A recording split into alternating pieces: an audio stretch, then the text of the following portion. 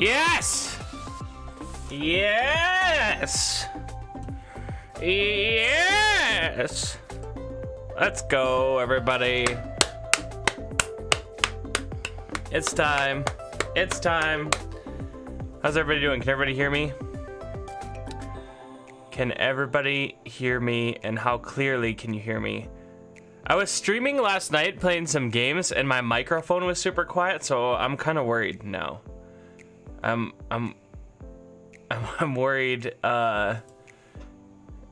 maybe I messed with one of the filters too much and it's too quiet, or maybe it's using a different mic.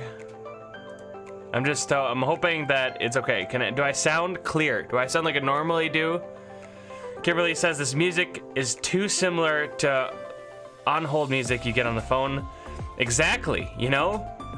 We only want the best, the things that bring the best feels in this stream. Woo! Elizabeth says, we can hear you well. That's great. That's just what I hear. Kimberly says, I can hear you fine. I don't know what was happening last night. Stream last night, and I was listening to the video again, and everything was quiet. You could hear the people that I was chatting with more than you could hear me. And I don't know what happened to cause that, but I guess I sound good today, so. I guess I sound good today. Yay. Yay! I got a nap in. I'm feeling good now. Got some caffeine. Woo! Okay, so here's the thing about me and naps, okay? I'm known to take a few, okay? I am known as a nap man. Some maybe even consider me a nap master. At seminary, I didn't like this very much, but I got compared to a cat many times. Because, you know, cats, when, you know, they just find a place in the sun and they just start napping. And then there were some other things about the cat analogy. You know, the thing that cats are typically really friendly, but every once in a while they'll just like flip a switch and then, yeah. So I guess I was doing that in some of my relationships to some of my friends, but I got compared to a cat in seminary. I'm not sure that's the most flattering analogy, but a part of it was I can take naps, and I can take naps easily, and I can take naps anywhere. And for me, I won't go into a nap unless I have at least an hour. At least. Sometimes if I only have an hour, I won't even attempt. There's no way. The best naps are over okay, this might be a little scandalous, but over 2 hours, I would say. Those are the best naps. Or right on that line. So what about you guys? Does anybody else feel the same way about naps? Or is it just me? Oh boy, this is really grand music for talking about naps.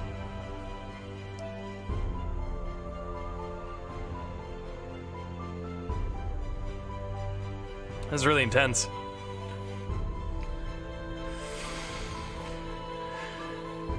And we will go and take this nap, even though there is not enough time.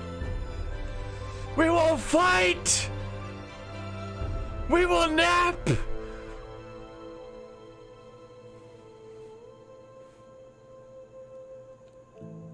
Beautiful though. I mean, it's great. That was really intense for just talking about naps. But what do you guys think? Like, does anybody agree? Does anybody have strong opinions against that? You know, long naps. Because those are my jam. Okay, like I can go a few days without napping. But once I get it, I gotta be down for a while. Nap time is not a brief period of time.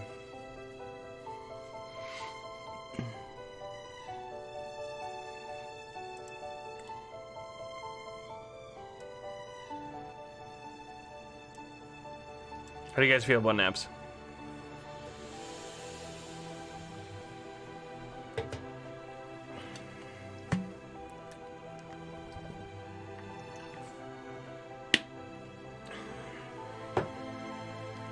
Kimberly says I don't nap? What? Is there such a being? You don't nap. Pastor doesn't nap either. Father Tony is not, he's not a napper. He's not a napper. I just don't get it. Like, it's like, it's like trying to imagine what it's like to be deaf or blind. Well, maybe not that extreme, but it's like trying to imagine like being without a quality that I like. Sometimes I hate it. Sometimes I hate my need to take naps, but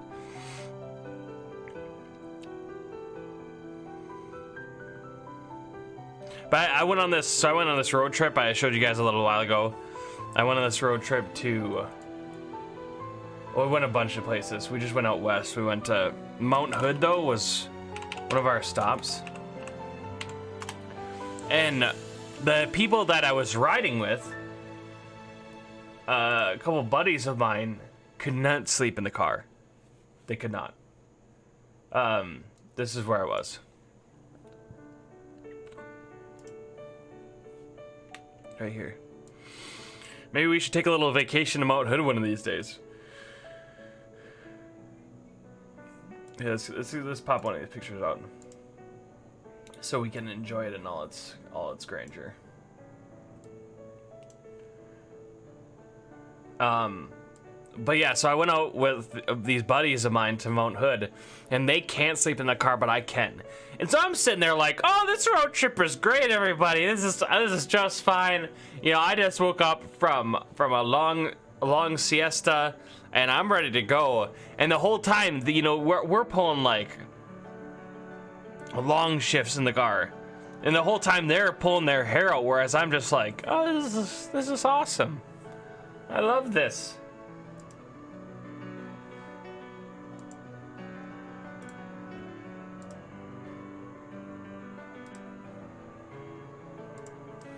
So, you know, it has its uses. It has its uses.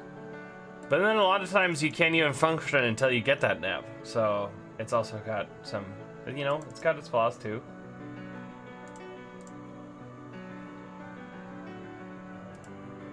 No, I don't want the link. Alright, well, I can't find a picture of Mount Hood, but you guys saw it earlier. Oh, maybe I can find one easy. Let's see what you guys are saying now. Angie says, I used to like long naps. Lately, the short 15 to 30 minute ones are good. Now, if I do the long ones, I'm tired the rest of the day. Yeah, I don't know. I get that every once in a while. I get that every once in a while. I'll go down for a nap, and I'll wake up, and then I'll just be exhausted the rest of the day, but not so much. Most of the time, it's just like, it's just good. It's just that, you know, it's just good. I don't know what else to say. But I've heard, obviously, everybody talking about, like, you want the short naps or like 45 minutes. You know, you do like the 15-minute power nap, or you do the 45-minute, and that's ideal. If I do that, I can't stand it. I can't stand it in the moment. I can't stand it for the rest of the day. My whole body's just like, I just want more sleep. Just give me more sleep.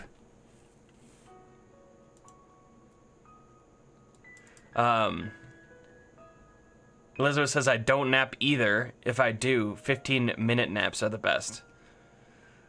Yeah, see, I mean, I like the concept of not napping for a long period of time because I can get more stuff done. But the 15-minute naps just sound painful to me, to be honest.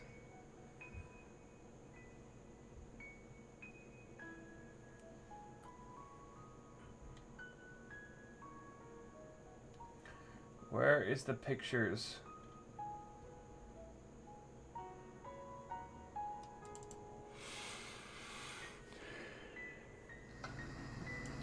Oh, boy. Not that one.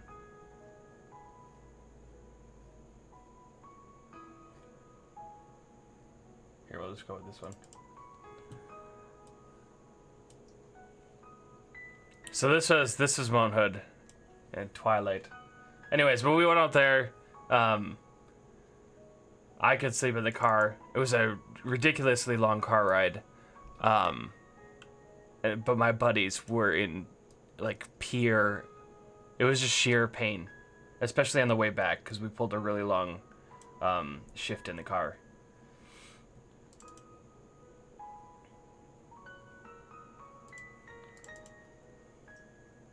One of these videos is longer. Oh yeah, let's just watch this. Ooh, that's kind of making me sick, actually. I don't know if that's fun to watch. Is that fun to watch for you guys? It's like not, it doesn't make me comfortable watching this. Is it just me? Or does this kind of make you want to throw up a little bit? But this is what it looked like. This was some of the trails that we were on. Oh boy. Can I like slow down the speed so it's not as... Make it stop!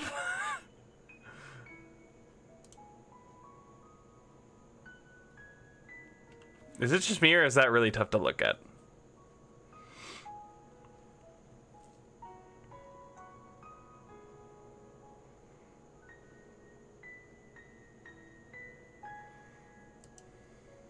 Okay, alright.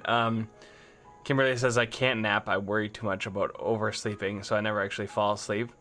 Yeah, see, I have overslept before on many an occasion, and that's the one, that's just some of the downsides. So we're talking about downsides to being a napper. Downside is oversleeping through life, just in general. I try not to nap a lot. Ooh, that was a good one. Let's back up. Where is it? Boom. Nope, it's over here. Nope.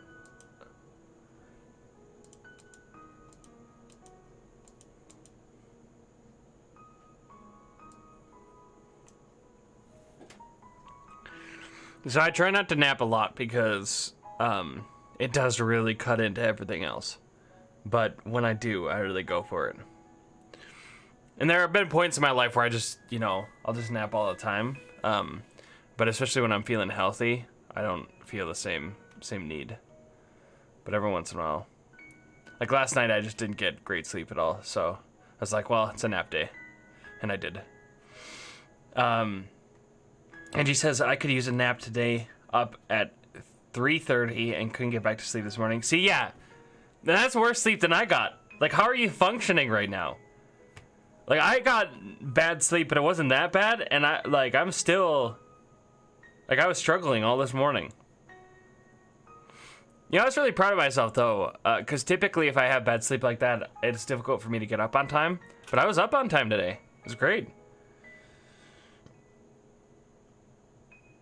Stephanie says, hola! Stephanie! Welcome back. Heck yeah. It's good to see you today. How's today going for you? Stephanie says, naps. I can't even remember the last time I had one. Hello?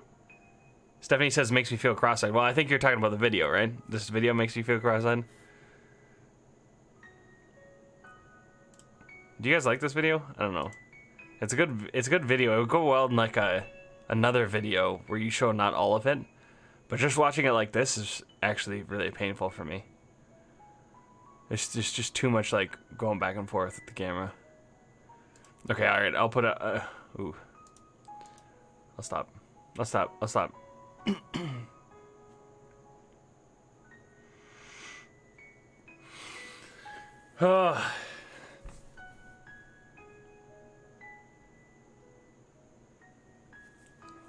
I don't think I showed this last time, but we were driving along on trails like this, and we found a lake on the map, and I thought the lake was just gonna be lame and like a little puddle, but this is the lake. It was incredible. It was just perfect. It was trees on all sides like this, perfectly clear water, and man, it was one of the best locations we found. We had this whole area basically to ourselves, just out in the middle of nowhere. Mountain Lake. That was fantastic.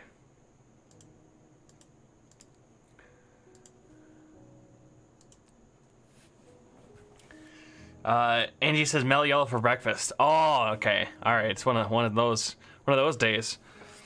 One of those days. What's everybody's favorite method of injecting caffeine into their system?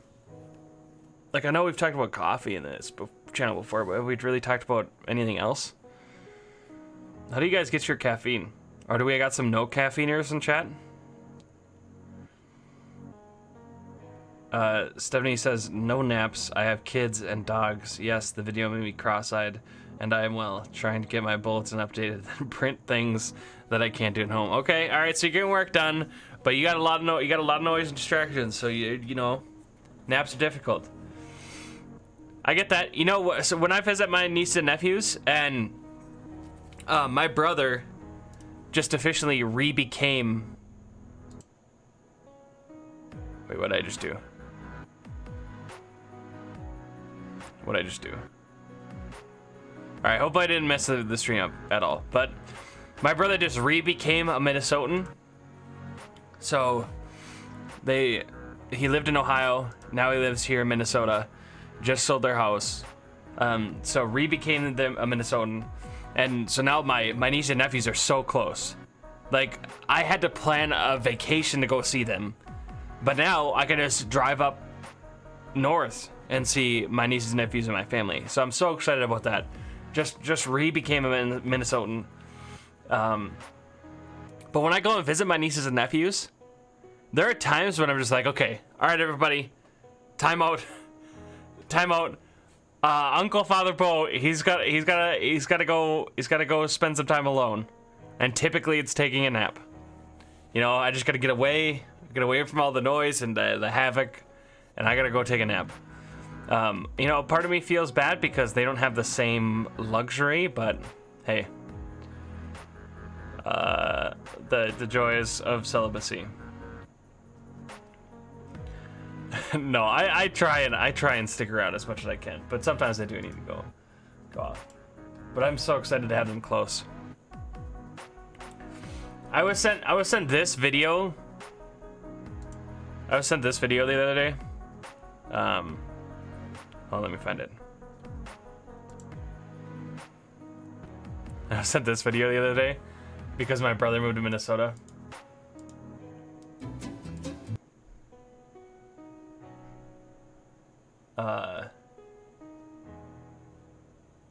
I don't know, have you guys seen this before?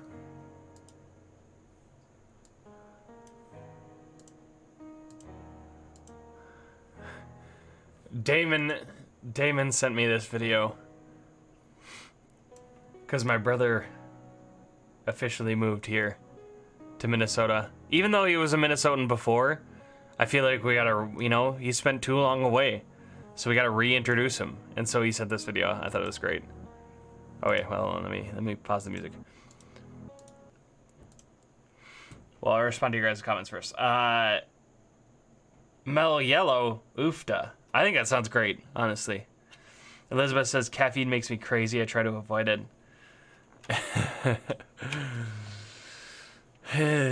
Yeah. Yeah, caffeine doesn't... I mean, it affects me, but I don't know. I wouldn't say it ever makes me crazy. Stephanie says, coffee and a lot of it, occasionally a Diet Coke. I love the Diet Coke thing. Is great. I can only have so much coffee until I get kind of like... The taste and the experience is a little bit too much for me. But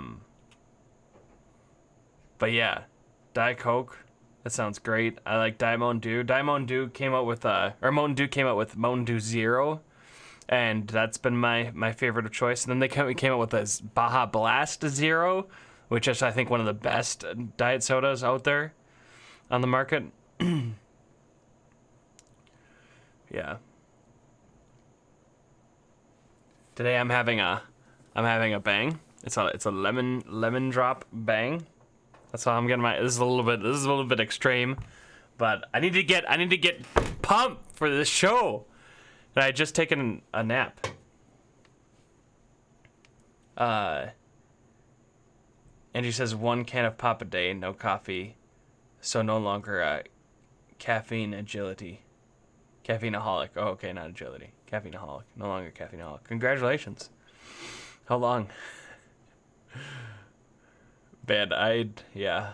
Caffeine would be a very difficult thing to detox from, I feel like.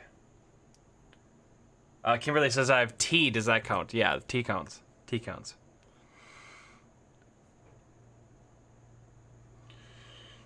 Elizabeth says, haha, yes, I love this video. Okay, all right, we're gonna watch it.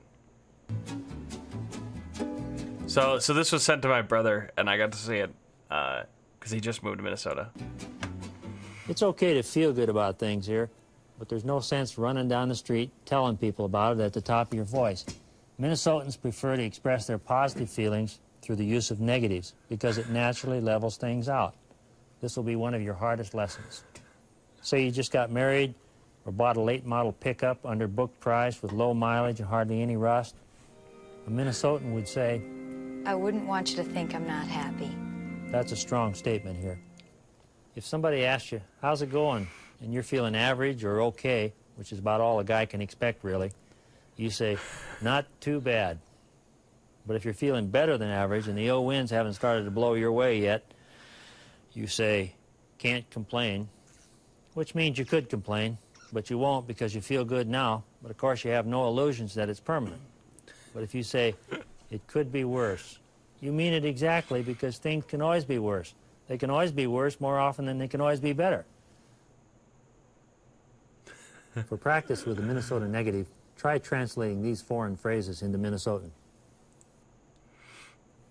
I'm so excited I can't believe it. The guy could almost be happy today if he wasn't careful. That's the best movie I've seen in 20 years. Well, it's an improvement on that other stuff we paid $9 to watch and have people dump Pepsi down our necks and talk through the whole thing. Oh, darling, this is our 20th anniversary. Not too bad. Pass the butter, please. One last note. That last one. Not too good and not so good are worse than not too bad and not so bad. Way worse, in fact. When somebody asks you how you slept on the guest bed with a bar that cuts across your back and gives you shooting pains down your legs, you'll say, not too bad, because you don't want to hurt their feelings. But how you really slept was not too good. They'll probably notice you limping anyway. Oh, man. It's good. It's good, right? That's it. That's it. So that's an old video, but I feel like, how do you guys feel? I think it still applies.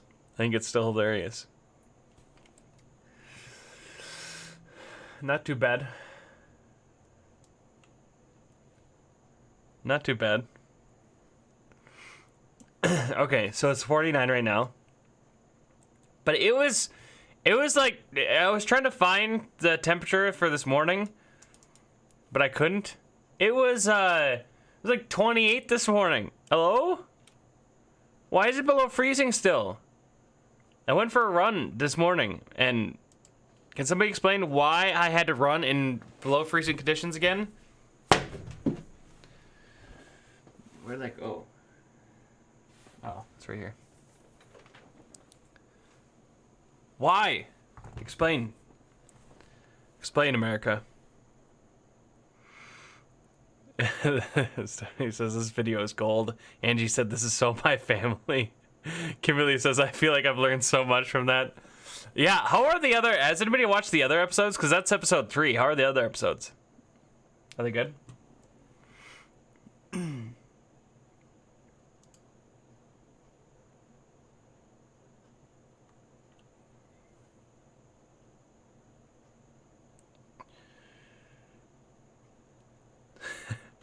Elizabeth says, sorry, I should have said this video is not too bad. It could be worse.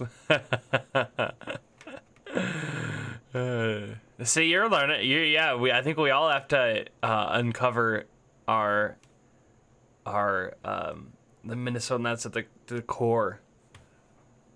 That original Minnesotan attitude. You know, sometimes we get carried away with other attitudes. We gotta get back to that original Minnesotan. Kimberly says 55 here, so not that different today. Wow. Wow. I'm so happy for you. I'm so happy for your normal May weather.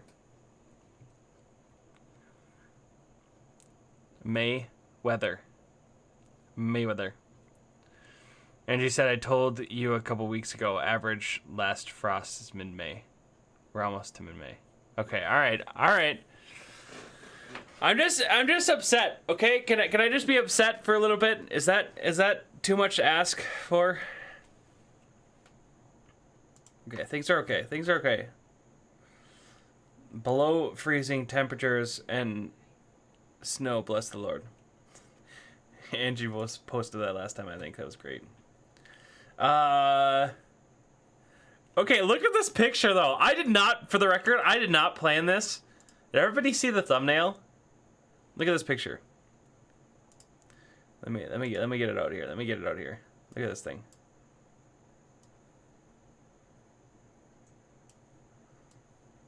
Okay, first of all, this picture, I look really weird. There's like a certain proportion that looks off. Like my head, it looks like my head is photoshopped on because my head is way too big in this picture.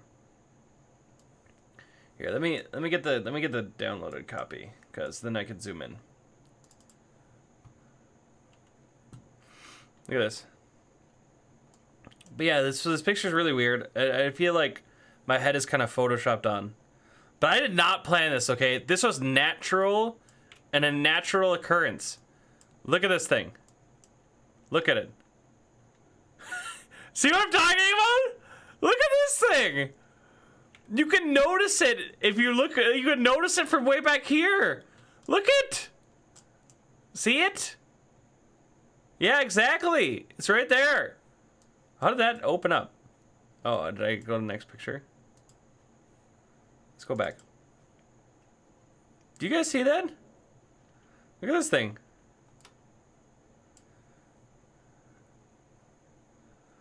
I mean, that's got some length to it. I mean, it's kind of overtaking the rest of my face. Like, really, who's the star here? It's not this guy. It's this hair.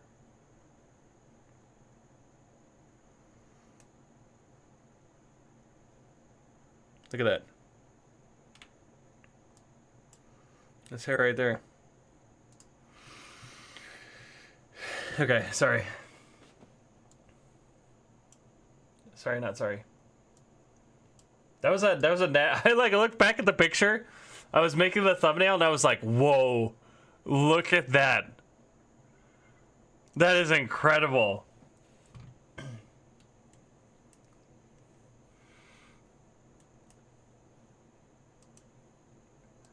I mean, wow, though.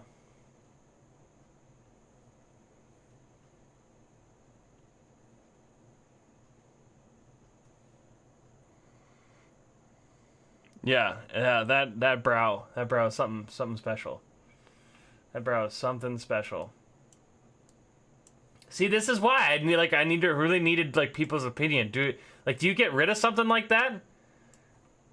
Like, is that okay? So you know how when you're gardening, you pull the weeds, obviously, but sometimes you get a weed that kind of looks nice, like maybe it's got some flowers to it. I feel like that's my white eyebrows. I'm like, wow, that needs to go, but it's also like maybe I just want to keep it. Maybe I'll just pick all the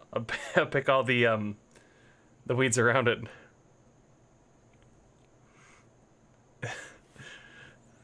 No more freezing temps in the forecast, says Angie. Stephanie says that beard though, and that eyebrow makes me think of Back to the Future. I'm gonna be Doc. Let's get a picture of him.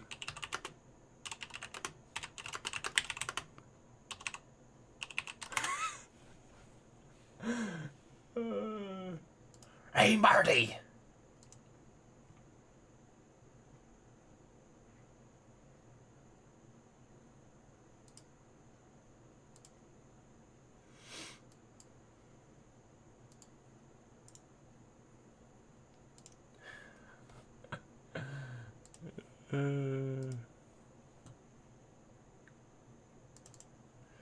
Is this my future, everybody? Is this my future?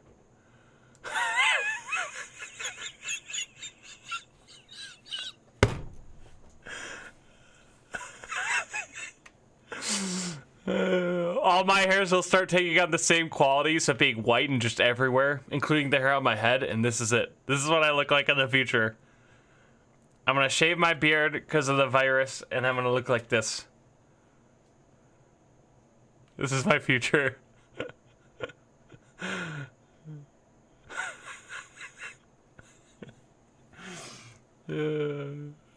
Chris, I love the face with the little brow. It's so good. That's awesome.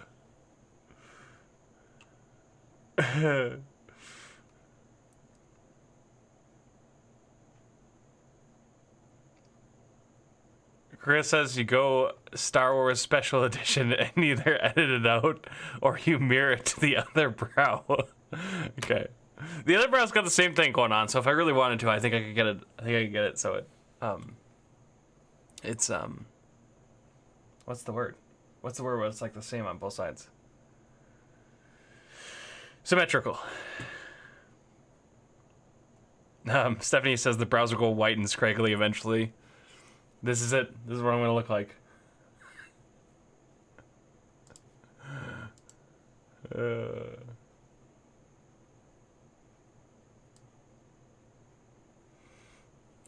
You know, this for getting up from a nap. This was not too bad. Not too bad. It could be worse. Getting up from a nap. How do I look? A little bit of a line right there. So that line's reasonable. You could hardly even see it. So that's not too bad. Yeah, the beard's a little pushed in on one side. I had to attend to it a little bit. You know, sometimes it's just awful. Oh my goodness, I have some pictures of me getting up. Actually, I wonder if I could find a picture.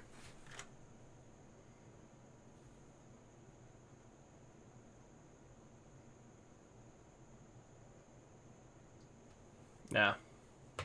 I mean, sometimes it's bad. Sometimes it's bad. But you know what? We had to just keep going. We had to put on a show. Going? Because we got a show to put on. Let's go. But that was me, just up from the nap. Not too bad. Not too bad. Okay, but what I really wanted to do is I wanted to look at Father Tony's podcast. We're gonna watch his podcast. Where is Father Tony?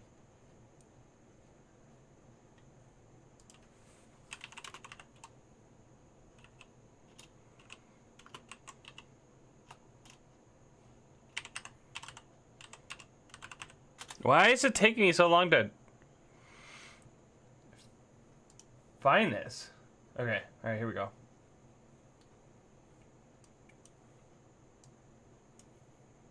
More technical difficulties with the recording that was done yesterday on my day off here, and so we're coming live to. Talk about the season of technical difficulties. You kind of get a really a sense of the fact that we're trying to get stuff out there online at this time, but that we also maybe don't do this normally. Technical difficulties all over the place, man. I honestly think we've been doing pretty good as a whole, but yeah, we've had our fair share of technical difficulties. I kind of feel bad for our liturgist sometimes, because I feel like that's most of what she does is handle technical stuff and deal with technical difficulties, which isn't even really a part of being a liturgist. Heck yeah, Chris, let's do it. I will actually be on later, so I think I'm ready. All right, let's watch this. If you guys haven't seen this yet, we're gonna watch it. So I present to you Kathy and also Maria Przynski, who will lead you through. Oh wait, I don't want to do this. I mean, I do want to do that, but I want to do. Oh, his podcast isn't out yet. I thought his podcast was out.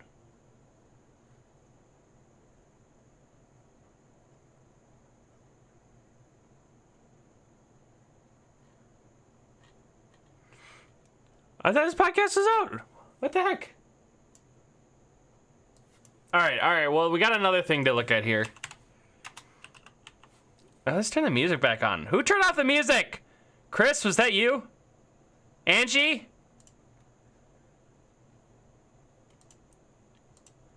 Who turned it off?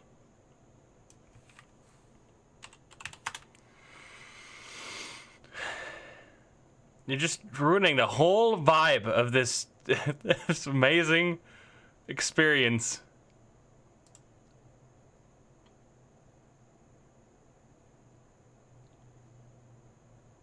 Let me see what this looks like. How's this sound? All right, I think that'll be good for now.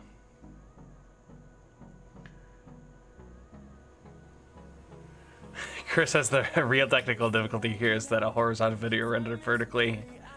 And wow, you just leaked the podcast release. Listen, I think I can talk about that. I don't know. No, I don't know. Yeah, maybe he's coming out with it soon. Maybe we'll watch it later. Chris said I typed in 9 cat 10 hours and think it broke it. Oh man. Okay. We got some news. We got some news to check out, everybody. Look at this news right here. Hot off the press 4 hours ago. Let's zoom in here so it's not blurry so that everybody can see it, but we also don't want too much because we don't know what's on the sides of the page, and we're a little scared. But look at this, Diocese of Duluth. Can everybody see that? Look at this. Look at this news. What an unexpected little announcement this morning. Huge announcement for our diocese. So Pope Francis has named Reverend Peter Mewich as a priest of the Diocese of Duluth, who currently serves as rector of the Cathedral of Our Lady of the Rosary and pastor of St. Mary Star of the Sea and Our Lady of Mercy in Duluth, to be the next bishop of the Diocese of Rapid City, South Dakota. Congratulations, Bishop-elect Peter. We just got a bishop named from our diocese, Father Peter Mewich. Wow. Wow. I mean, I think you say congratulations at a time like this. I think you do.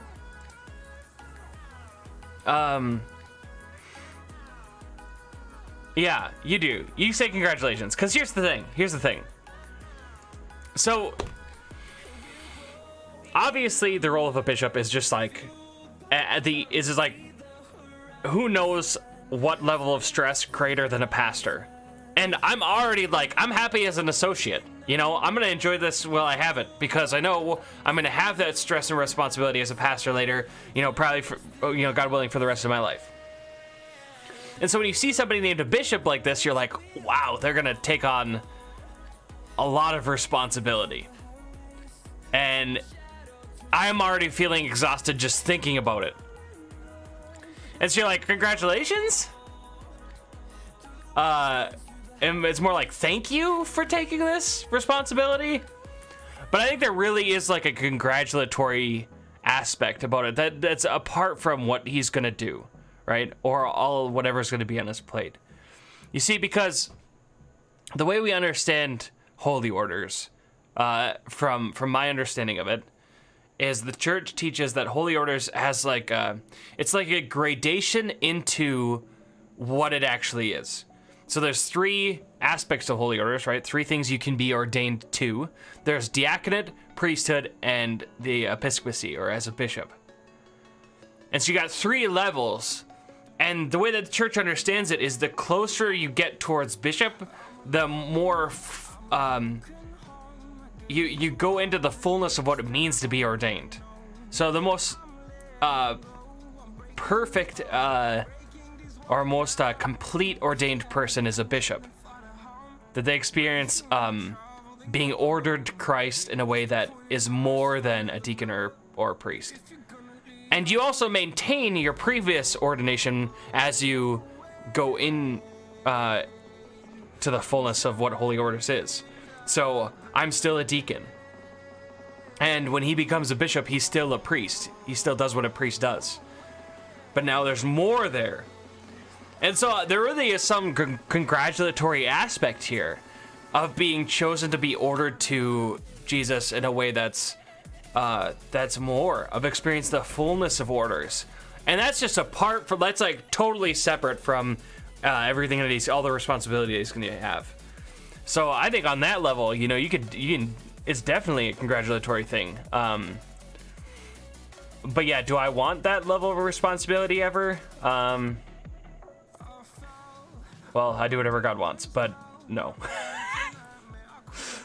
But I'm grateful. I'm grateful that he said yes. Because you might be surprised, but not everybody says yes to this. You have a choice here. And yeah, I'm so grateful that he said yes, and I think this is beautiful news for our diocese. It's going to need some changes because now we have an open spot, and we don't really have like a lot of extra priests lying around. But we'll figure it out, and this is great news for our diocese. Something to really celebrate.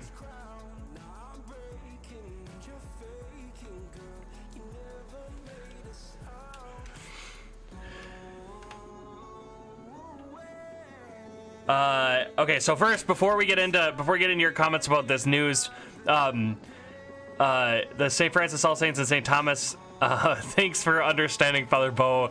It comes from Anna. Technical difficulties, Fryhammer. Listen, I think that we've done a great job, and you've been like the spearhead for most of especially our liturgical stuff, but like all aspects. And honestly, we haven't had that many technical difficulties for never doing this. It's surprising, but now they're just like a part of our life, which is kind of the sad thing, is now we're just like always dealing with technical difficulties. But no, seriously, Anna, thanks for your work. It's not easy to jump into something that you have no idea about. And maybe you knew beforehand, but I certainly had no idea. Angie says, that's really cool. I don't know him at all. Yeah, it's so cool. Chris says, finally a local becomes a bishop. Was about time, honestly. Yeah, I think so. I think this is great for our diocese. It's good. I mean, it's gonna hurt to have him leave, and to try and fill that spot and stuff. There's gonna be some adjustments we're gonna need to make, and he's a good priest, but it's good. Like, yeah, a bishop came from our diocese. It's great. Kimberly asks, or Stephanie says, yay for Father Muich, and Kimberly asks, can someone be asked to be a bishop in a different country? Yeah, I don't think there's any restrictions. There's no restrictions. The only thing is, it wouldn't make sense to make a bishop of another country some guy who doesn't like speak the language or know anything about it. But I believe. Oh, how does it work? How does it work?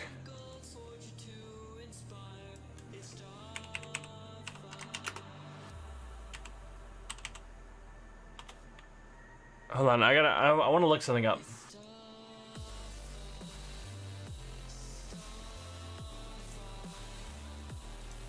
Oh, okay. So sometimes you're made a bishop and you don't have a diocese. So for example, an auxiliary bishop, basically like a bishop who's assisting the bishop of a diocese. So an auxiliary bishop, they will get appointed actually to what's called a titular see, and basically that's just a dead diocese. Like, it's a diocese that doesn't exist anymore or has existed, and they get appointed to that place. Because there's something about becoming a bishop. You need to be a bishop of something, because a part of their role is like this kingly authority, and so you gotta have authority over something. And so sometimes they'll be appointed to a titular see, which is like a dead diocese, And so, I mean, in that case, you're appointed dioceses, you know, that don't even exist anymore, or maybe have no people on it.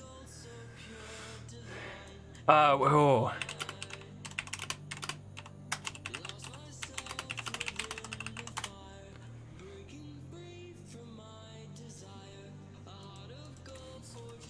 I just gotta...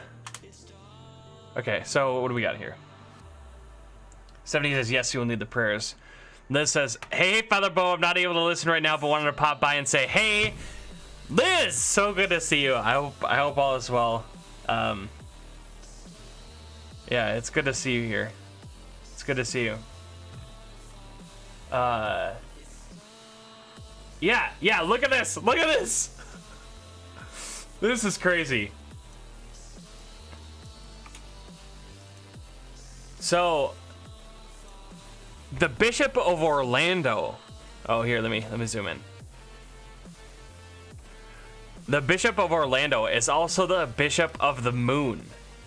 Due to canon law that says any newly discovered territory would hold on.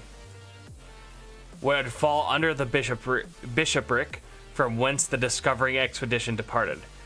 He is therefore the largest Catholic diocese at over 14 million square miles.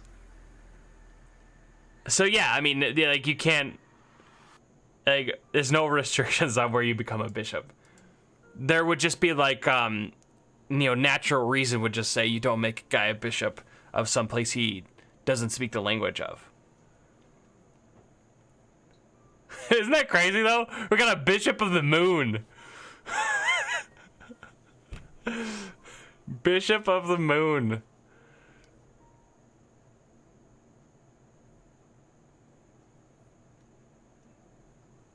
Okay, our St. Francis channel says, nope, I have no idea what I'm doing. I am channeling Chloe from 24. That's the ring from 24. And then Jack Bauer typically says, there's not enough time! And then he says another word that I can't say.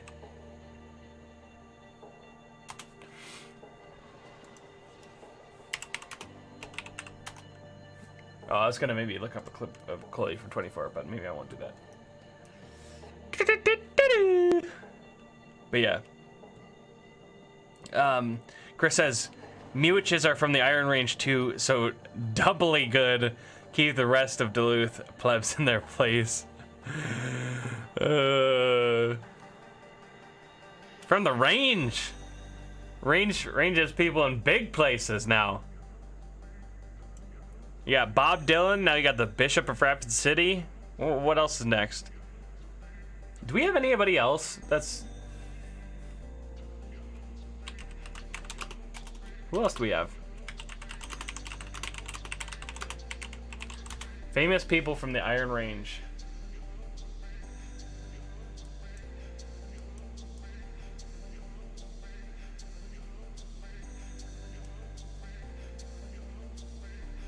No, not just from Minnesota as a whole. Anyways, we're not gonna go down the rabbit hole. We're not gonna do that. We're not gonna do that. Let's see if Father Tony's podcast is out, and then maybe we'll go on.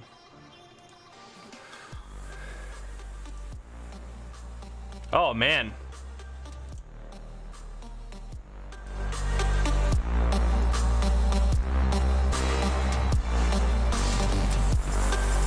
All right, it's dance time, everybody. Get up. Get up. I know you can't see me, but let's go.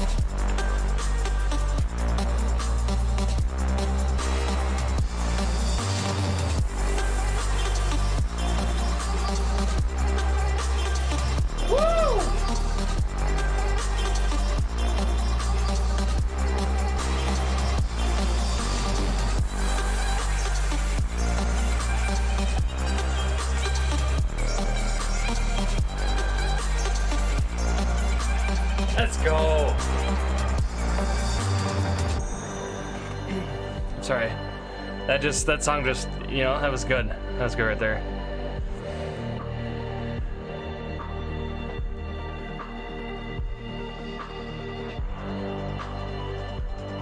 Heck yeah. Listen, if you didn't stand up and dance, I'm you know, we're not friends anymore.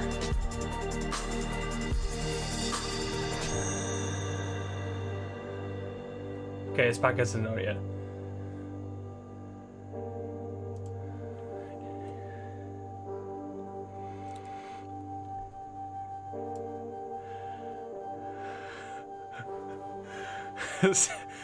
Okay, so I think Angie said that's such a cool story. I don't know if I read that already.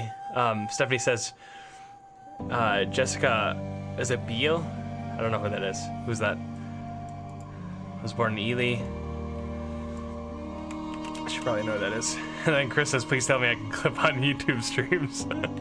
I don't think there is I don't know why, but I don't think there is a function of clipping. So.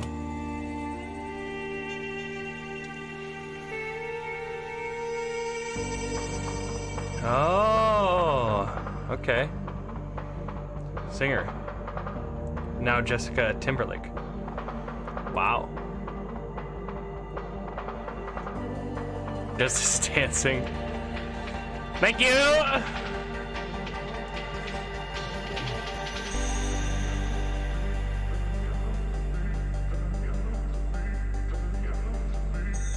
Oh, okay.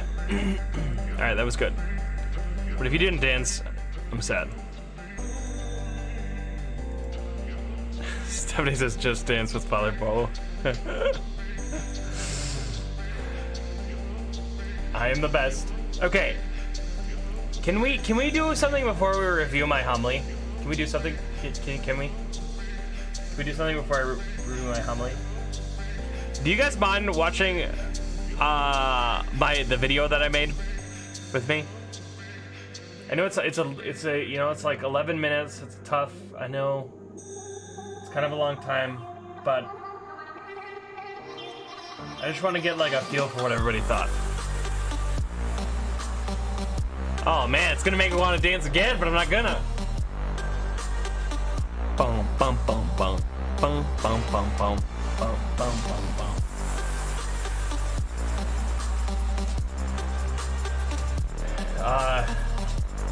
Let's at least just watch a little bit of it.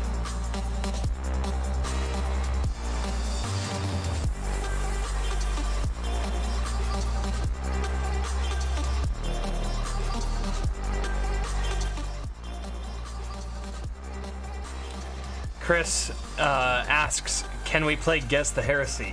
No, that's only in Protestant channels. No, I don't know. But honestly, you know, sometimes I'm worried just being live like this and I'm gonna say something off, but I don't think I've done it yet. Or we're gonna need some qualification live streams.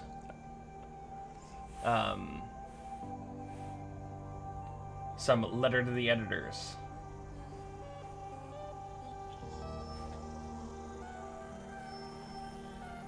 Okay, we're gonna watch a little bit of this video. 70 says those are some shiny headphones. Like, yeah, look at that. It's like all white on this side. Oh no, this side. It's just like the reflection. They are shiny. Shiny new headphones. Okay, so let's just.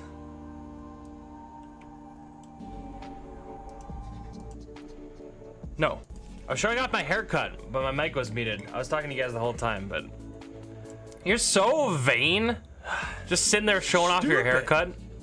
Stupid. I get these weird. I don't think you can see it on the camera, but I get these weird like white hair. Yeah, we get it. You got weird eyebrows in your head, and calm down. Like, fray up. It kind of makes me look like an owl. I got like owl brows. It makes me look a little wise, and I don't really feel like. Okay, is it weird that I'm watching myself? Because I'm watching myself over here. I don't know if I've ever watched myself watching myself watch myself before. This is a new experience. I am everywhere over here. It's kind of uncomfortable. Plucking them. Okay, so before we get into this, I didn't know how to edit videos, and I also didn't know whether or not anything would even be watchable that I could create off of my live streams. So this is kind of a first attempt, and I just want to know what you guys think. That's what we're watching this. I want to know what you guys think. You know, what would you like differently? Was there too much of one thing? What, you know, how are we feeling about this? Because first attempt, I kind of want to leave them. Is that? I'm gonna let you guys watch it. Feel about that? Listen, Chris. Okay. First of all, I'm happy that this is your first comment to me in like 2.5 years. But yes, okay. The white eyebrows, they're off on their own. Okay. You guys saw the picture. You guys saw the evidence. But the little white ones, they're going rogue, and I'm not sure. Well, I don't want to have to keep doing it. That's sad. But I also don't want, like, big owl eyebrows. I don't know if you guys know what this stream's about. I don't really know what this stream's about. But basically, it's just me doing stuff. And we're going to sit here. You can tune out. You can go do whatever you want. You can I don't even know what I've been doing for the past. I'm going to be here for a little while. 50 minutes. We rotate preaching, so I don't preach this weekend. But I'm going to prepare homily anyways. And maybe you guys can kind of see what it's like to prepare homily, because it's super exciting. And I always spend this much time preparing my homilies. I never just go up there. True. Okay, so last time on this stream, we did some homily prep. It was a lot slower than I thought. I was streaming for 2 hours, and I think I got 10% of a homily done. The stone which the builders rejected has become the cornerstone. By the Lord has this been done. It is wonderful in our eyes.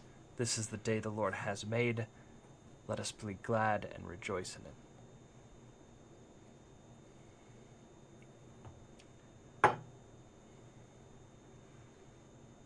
What's that song? This is the day the Lord... No, that's a different one. The Lord has made... That's a different song. What is that? This is the day. This is the day. Is that the same song? Is that the song? Yes, it's the song, okay? Just have some self-confidence for once. The Lord has made... It's the song. Just go for it. And be glad. Gosh. Always so hesitant.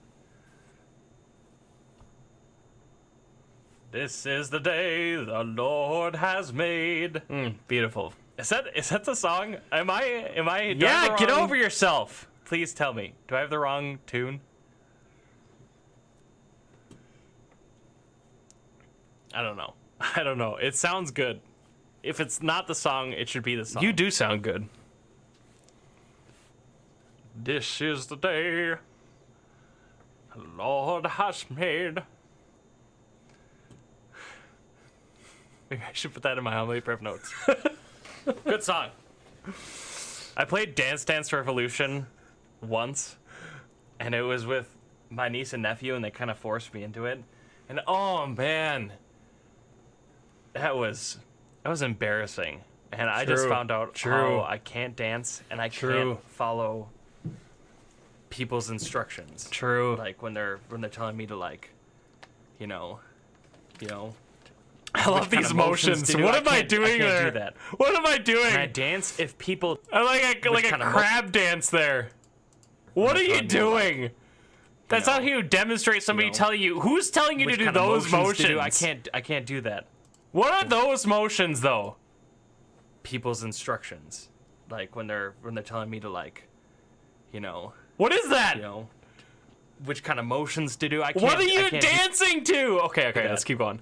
Can I dance if people don't show me what the moves are? Dance party!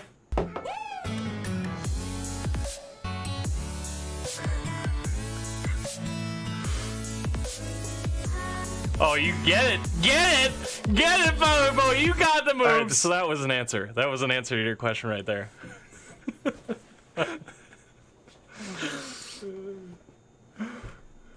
Nailed it. I think it's a solid yes. It's a solid yes. I can dance.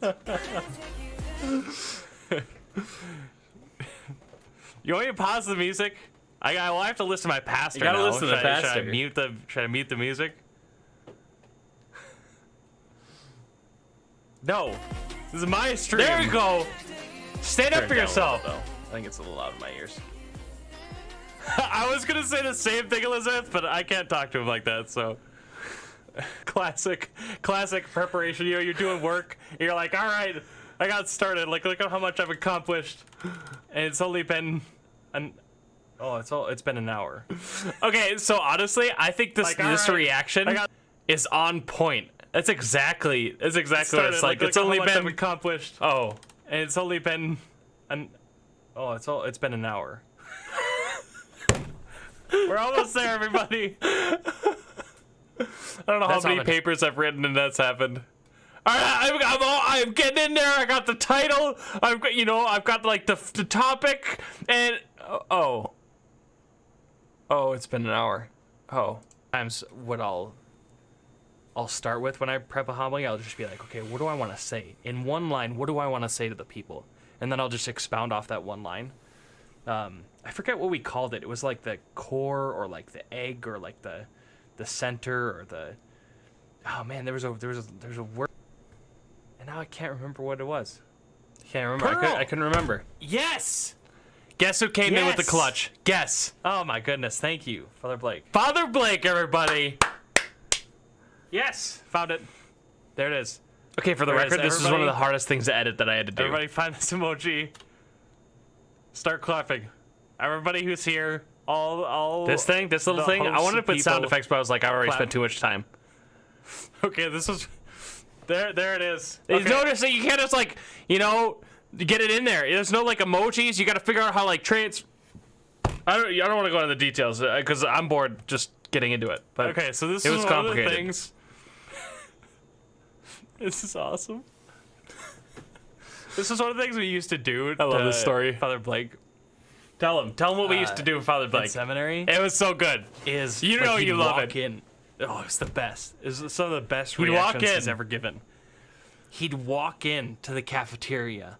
It was just a Wednesday morning classes. Wait, whoa, hold on.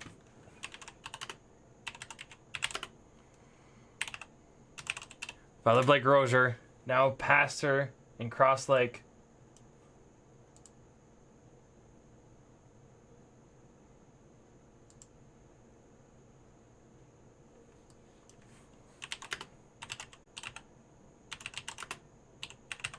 Hold on, everybody.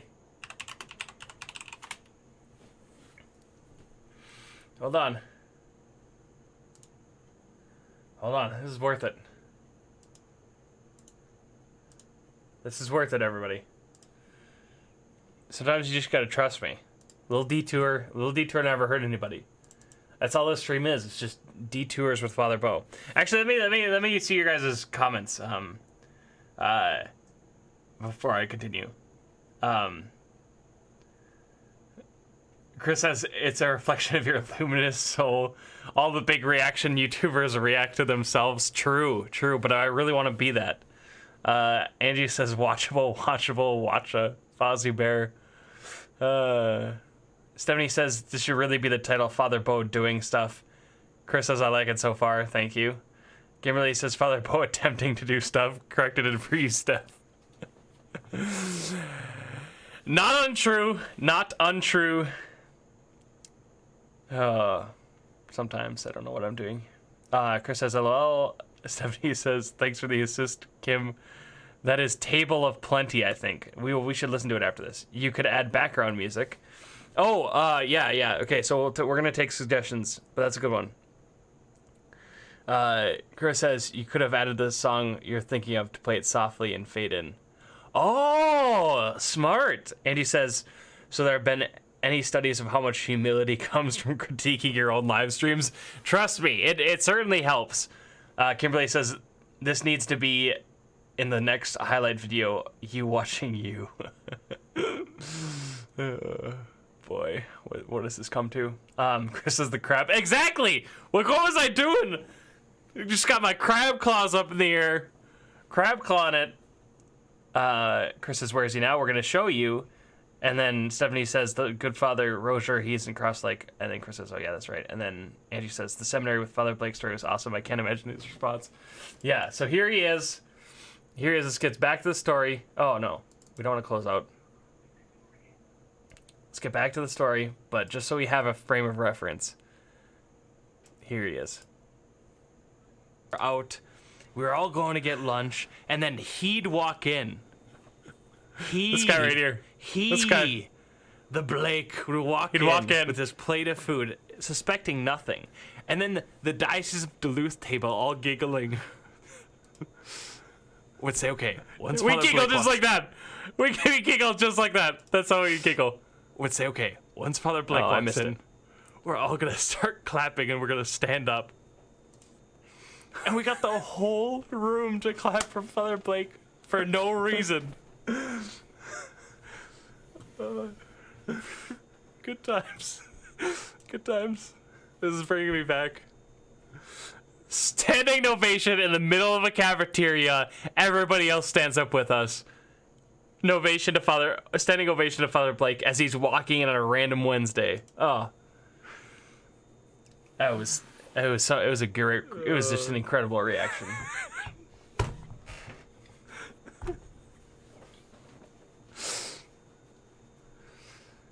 Oh, let's move on. Let's move on.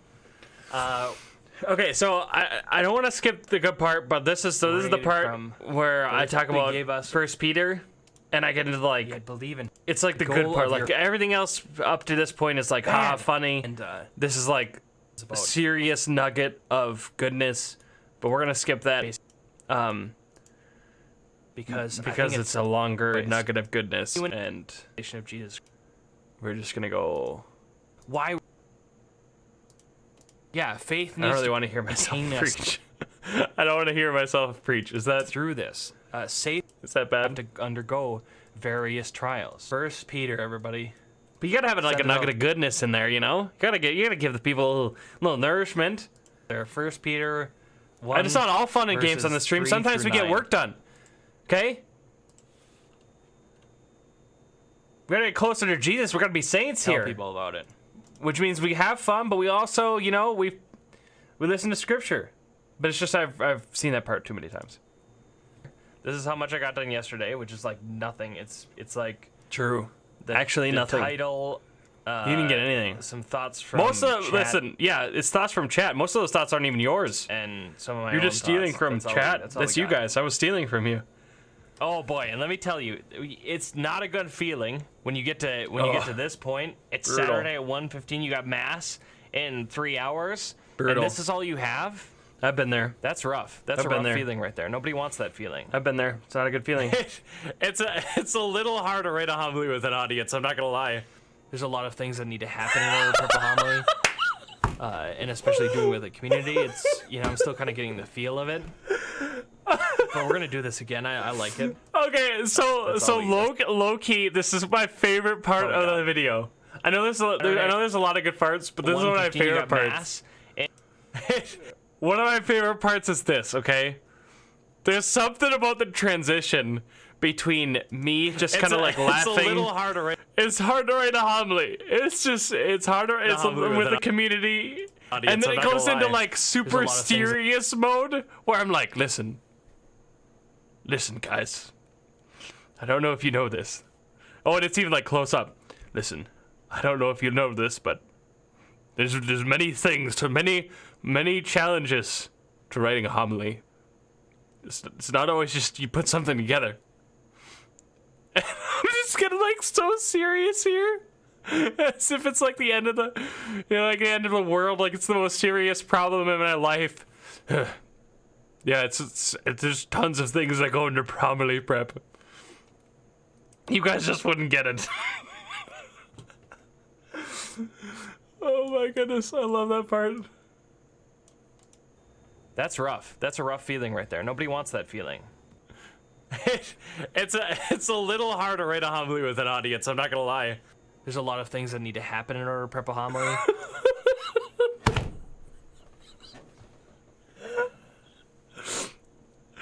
I just get so serious. Look at me. I get so like serious in defending my lack of prepping a homily for the week. It's a little hard to write a homily with I'm an blaming audience, you I'm not guys gonna first lie. of all. There's a True. lot of things that need to happen in order to prep a homily. And especially doing with a community, it's, you know, I'm still kind of getting the feel of it. But we're going to do this again. I like it. All right, God bless everybody. Oh Hope man. you guys are surviving in these rather strange times. I never thought I would be doing this, or that I would say please lot of subscribe. things. But if you could do that, that'd be great. Kind of want to vomit. Never thought I would say those words. But thank you. Oh, okay. All right. So what did you guys think? What did you guys think? We got Chris had mentioned some few things about the music, and then you can like I could have put that song in there, and that adding the song would have been great. I probably would have had to figure out like copyright stuff, but what do you guys think about it? Huh? Give me your honest opinions while I try and find the video of my homily.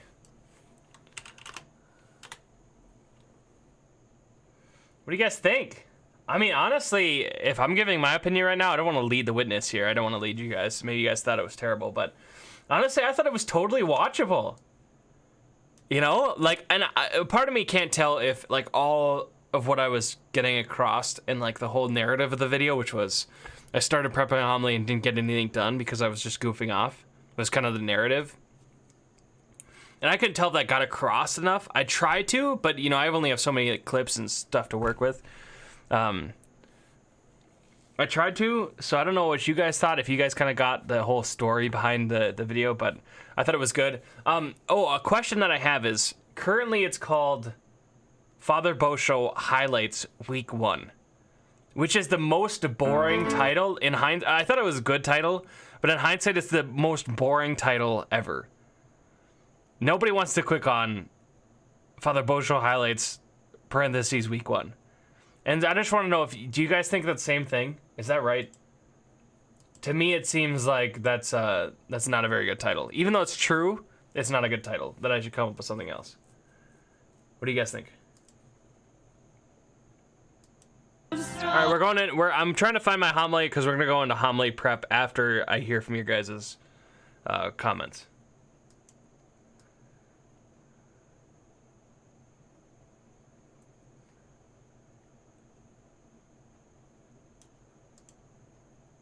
Okay, I found the video. What are you guys saying?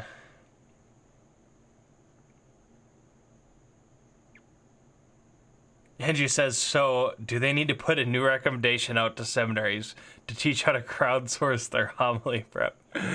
Not a bad idea. Not a bad idea. Chris says, I thought it was definitely watchable, especially since you've just started. Highlights don't have to be in chronological order. Could have cut it up that serious part to alternate, but with the funny clips. Yeah, that's a good point. You know what? I should write that down. Let's open up our trusty OneNote here.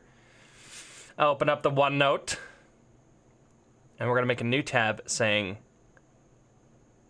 video review notes.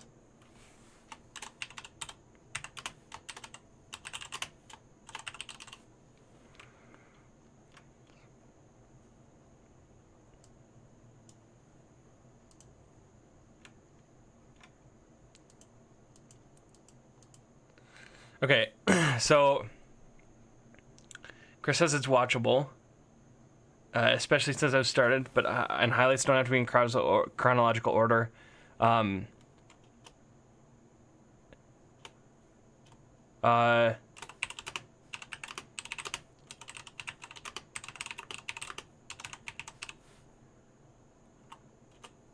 Mix up the serious with the funny is kind of what you're saying.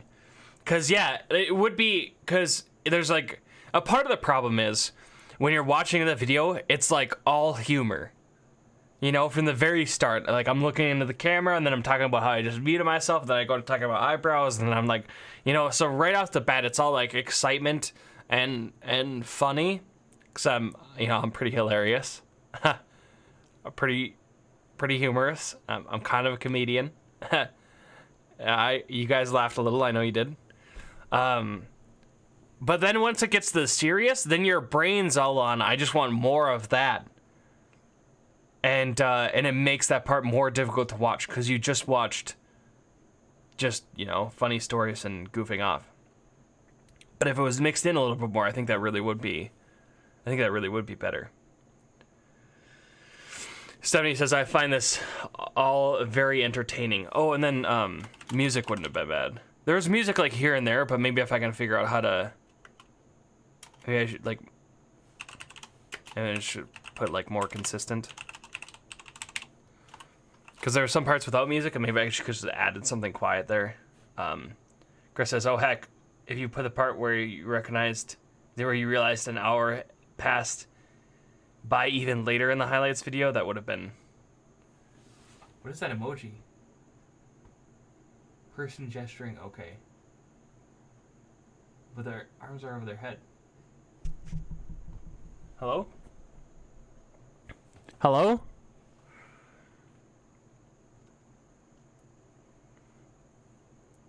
That's a good idea, though. That's more of like a side comment, but just to keep it... Let's see here.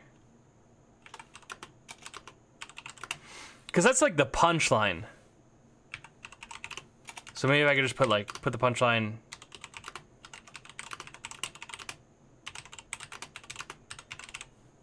Because I just didn't want people to... The reason why I put it there is I didn't want people to lose track of the whole narrative of the YouTube video. And so it felt like a place to put it so that people got the fact that, like, time had gone by and I hadn't done anything. And so maybe I just got to be okay with, people can track that. I don't need to be too obvious. Be as obvious as I can, but something like that could wait till later and people will still get it. Kimberly says, my homilies are around 32 minutes. Okay, yeah, I have it ready. Although drawing viewers in with mostly funny in the first 1/3 of the video is also a valid thing. Yeah. But it's still, like, I would probably do it the same way, and it's... I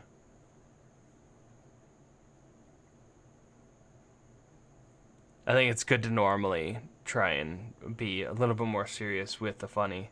And the other videos might come out like that. Or I'll try and make it a little bit more balanced. It's called Okay Woman, and it popped up when I typed okay hand. So you don't even know what that is. I don't know what that is. What is she doing? She's just like this. But it's good! Guys, be quiet, okay? People are probably doing work in the office. Don't yell. When I said music, I was talking about how you were trying to remember that song. You did the song in the fade with the song floating across the screen would have been funny. Oh! You could have just had... Oh.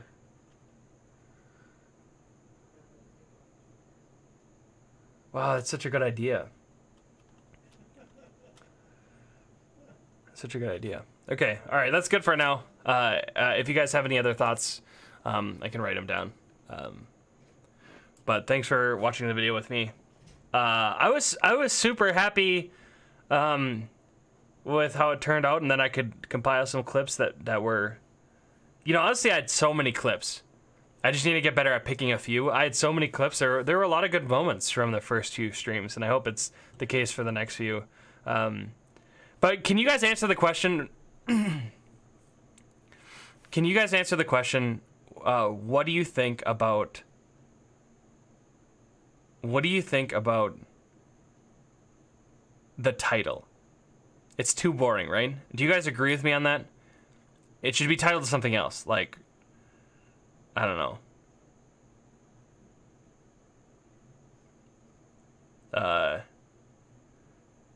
Like, Priest struggles to start new stream, or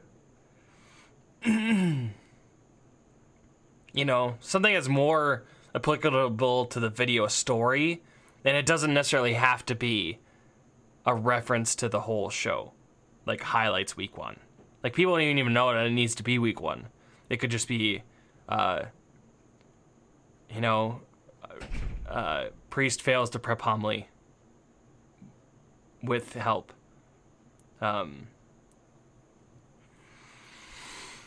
Yes, new title needs to be weirder to go with this vibe we have going. I agree. Okay, everybody agrees. That's, you know what? Let's just throw a new name down. It's kind of driving me nuts. Like, I should just know it's not good, because right now, it's kind of driving me nuts. Just knowing that it's out there is getting on my nerves. I just wanted to know, because, I have tons of self-confidence, and I just wanted to make sure that I wasn't wrong. Okay, so we're not going to do Father Ball highlights week 1. We're going to do... what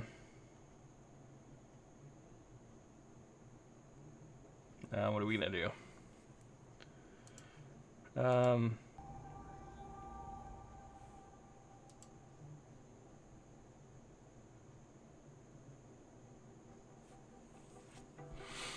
Oh, but okay, I gotta do this later. Because I gotta change the thumbnail too. Oh, man.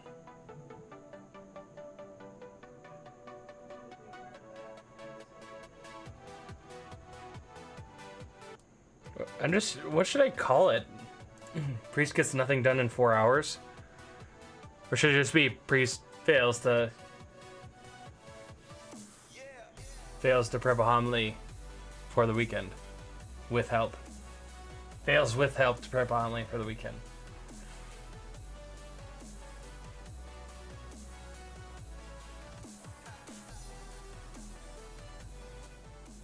I gotta think about it. I gotta think about what I should name it. But I gotta do it later because I gotta change the thumbnail.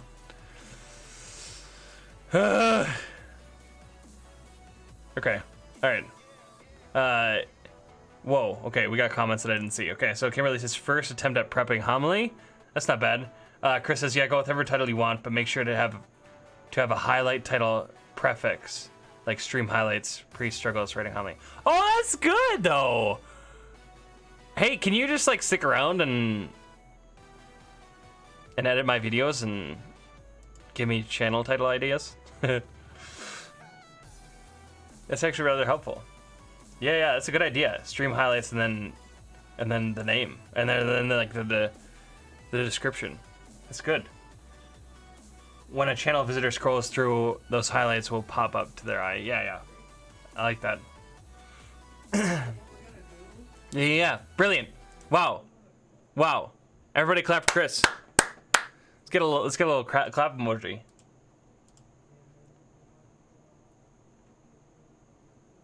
Let me tell you though, okay? Can I just explain something to you guys?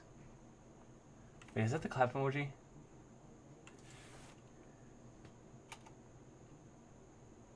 How come I always struggle to find this particular emoji? I just can't tell it from like the other hand. Like what? Where is it? There. Okay, thanks, Chris. Okay, so let me tell you guys something, okay?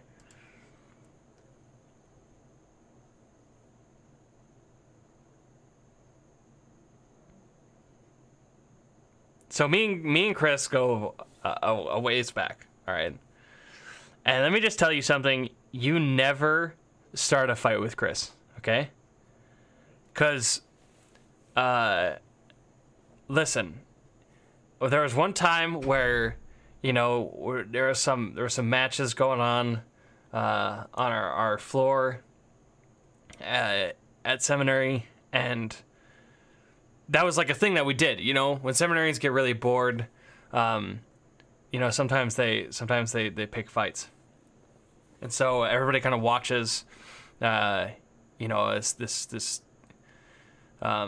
wrestling match, or this battle take place between two seminarians, like Fight Club. And so one day I was like, listen, I need to do this, okay? I need to do this. I need to do Fight Club with another seminarian. And I thought in my mind, I was like, listen, okay, who would be fun to fight? Oh, I know. Chris. Because, you know, like, he's a diocesan brother. So, you know, there won't be, like, you know, he'll probably go easy on me and I'll go easy on him. And then, but also, you know, I'm taller than him and bigger, you know? Just, like, heavier. So, like, what is he going to do to me? You know, like, I'm just going to throw him around. And so I, like, start egging Chris on.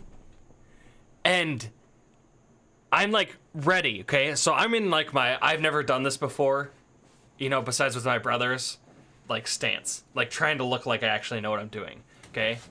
Like, I'm like, dancing, you know? I'm like, you got nothing. And in part, like, trying to say, like, what are you gonna do to me? Like, I'm like, you know, twice your size, and not all in good ways. So I'm like, all right, let's go. And like in 2 seconds, he's got his arm around me, and like I don't even know what's going on, but I'm starting to black out. Okay.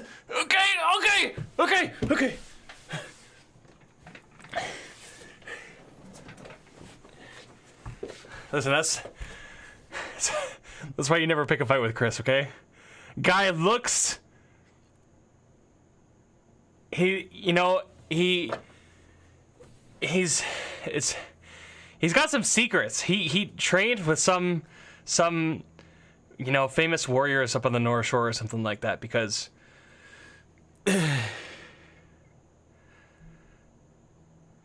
man, he doesn't look like extremely dangerous, you know, like plenty of muscle, but he's just like, he doesn't look like he's gonna like kill you easily, but then he does.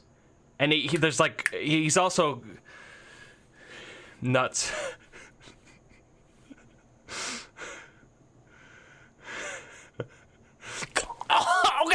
Okay, stop.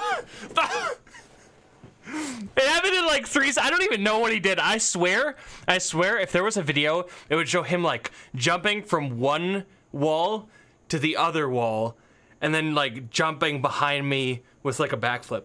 In my mind, that's what he did, because it was like over before I even started. Listen, Chris is dangerous, everybody.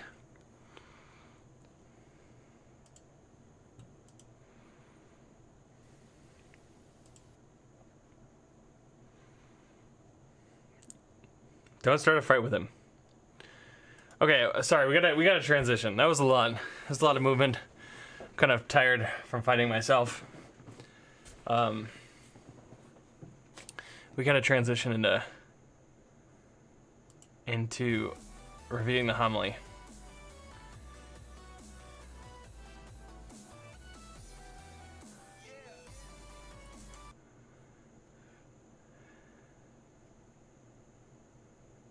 Chris, do you remember that fight? I mean, if you can really call it a fight. Is it a fight if one guy doesn't do anything and the other guy just wins? Is that a fight? Do you remember that? I think you might have like scarred me for life, because I remember it.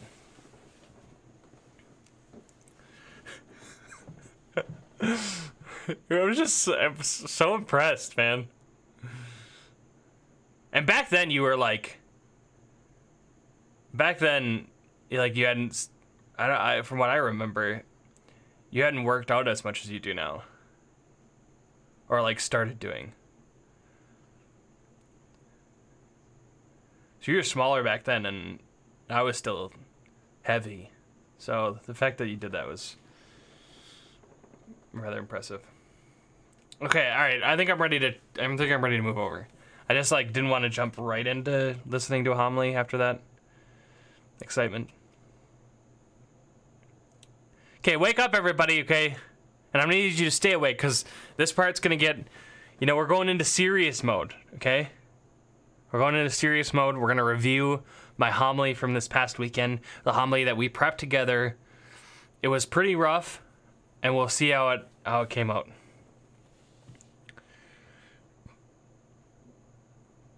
All right, let's do this.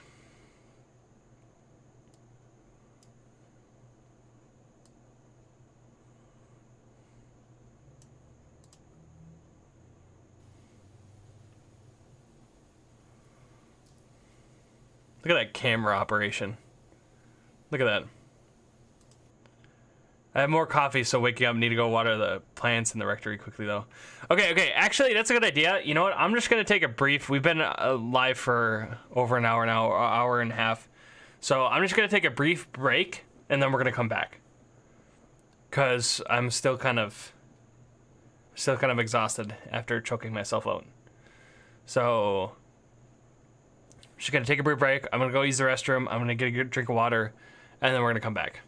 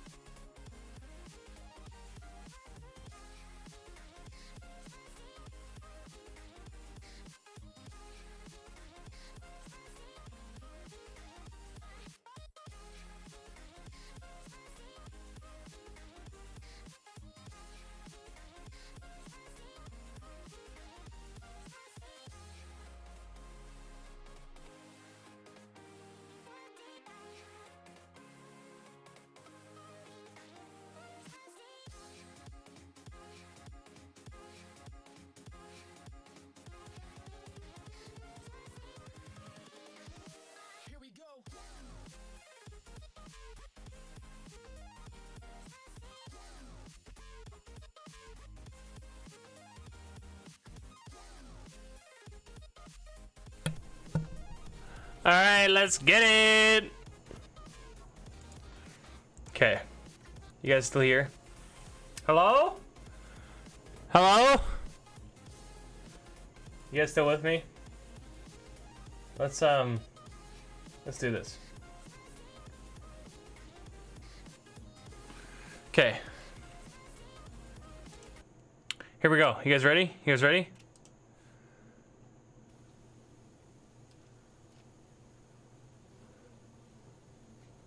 That step. Let me turn it up. That step.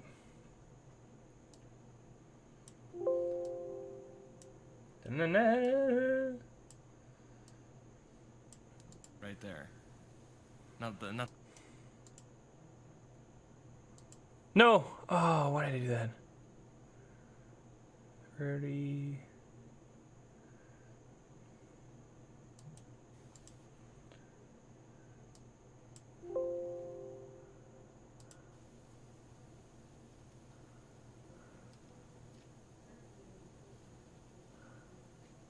That step. Right there. It looks like it's low. It looks like the volume's low. Oh, I know what I need to do. Sorry. Okay, how about this? Not the middle one. Yeah, that's better. The bottom one, right? Here, let me just max volume. Let me know if it's not coming in right, but I think this should be good now. That step right there. Not the middle one, but the bottom one right before the main level. That step, I love that step. And I think when I leave here, I'm going to remember that particular step. See, when I got here, I celebrated Masses weekend after weekend, and what I would do is I would move past that step, and I would move down to the main level to distribute communion. And I like doing that. You know, I like getting out into the people, and in part because I think it makes it go faster. And See, I'm being honest. Sometimes, you know, it's a third mass, and you've already distributed communion to over 100 people. You just want to get out there. Also because it helps. With But my it back, does. 'cause I'm a tall. bit taller, I'm taller. So, you know, I don't have to reach. Okay, so and some people when they go up to receive communion, you know, like you're here ready, and they're down here, and then they put their hands like below. You're like reaching down to distribute communion. Okay, don't do that. Don't do that. You want your hands up. You want your hands like right up there. Sorry, I'm not passionate about that at all. Reach down to put Jesus in a person's hand. I'm just there. And so that's what I would do, and that's what I did for 2 years in Hibbing. I would always distribute communion on the main level. And so I did that here. And weekend after weekend went by, and then finally, Father Tony came to me and said, you know, what we do here is we distribute communion on that step. And it just happened to be that same weekend that other people were telling me the same thing. A few weekends in, that it's that step that we distribute communion on. And of course, at first I'm like, that's ridiculous. And it's, you know, it's my mass and all the other prideful things that come to our mind when somebody tells us to do something. It's my mass. And then I'm sitting with that for a little bit. And then I think, well, now if I stand on that step, then I'm gonna look like I'm giving in to what they're demanding.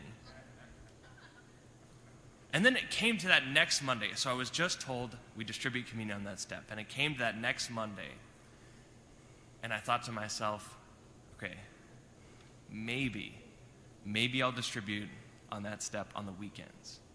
But on the weekday, when nobody's around and nobody cares and nobody knows that I've been told to stay on that step, I'm going to go down on the main level.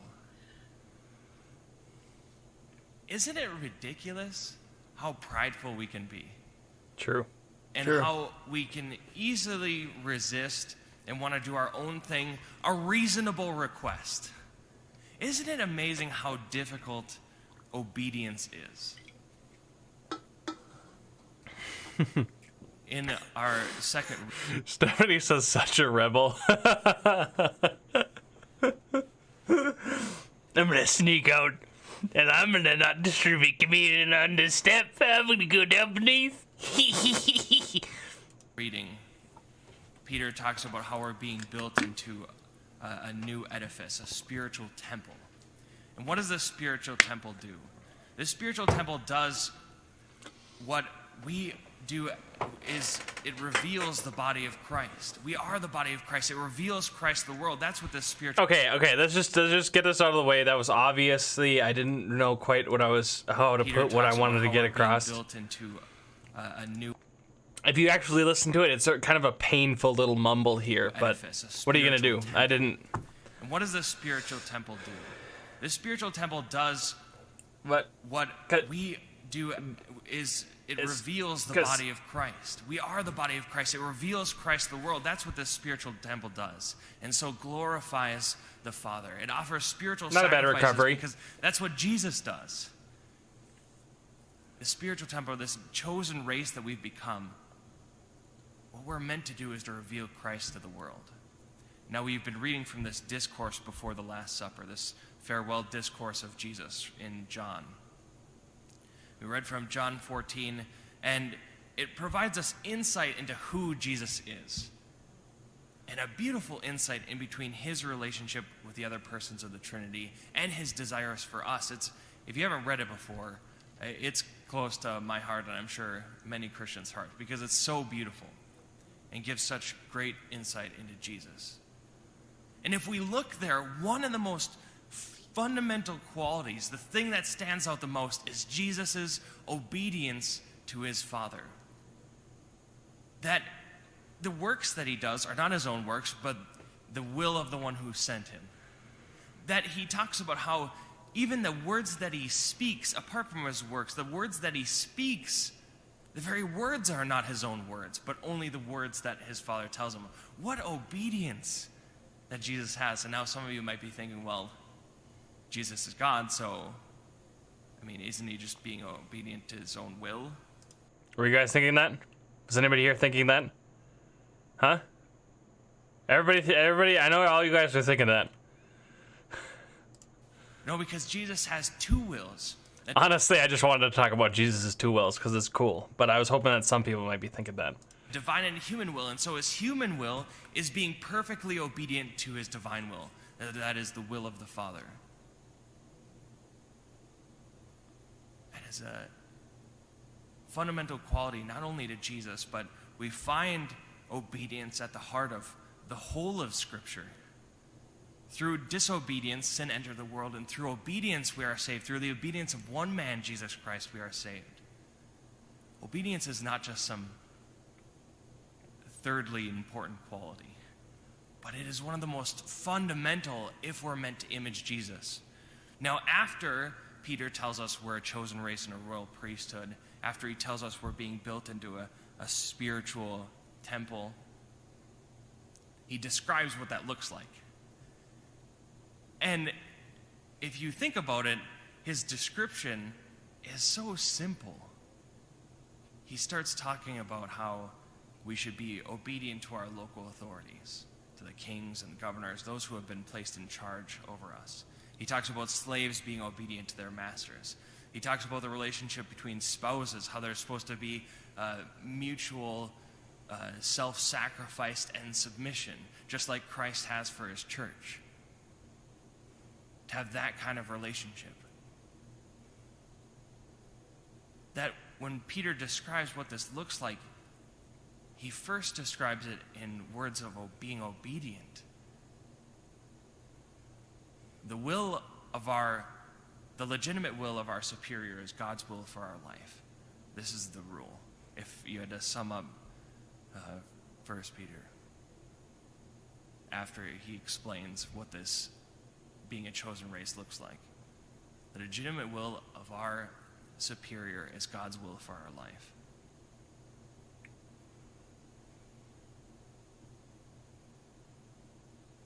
Now, this reflection, I think, is incredibly important given our particular circumstances here and now.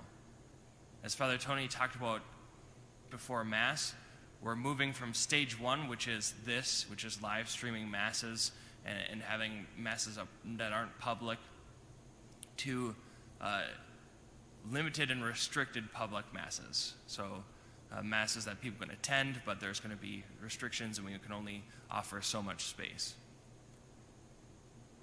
And there will be more restrictions besides that. More encouragements, more rules, more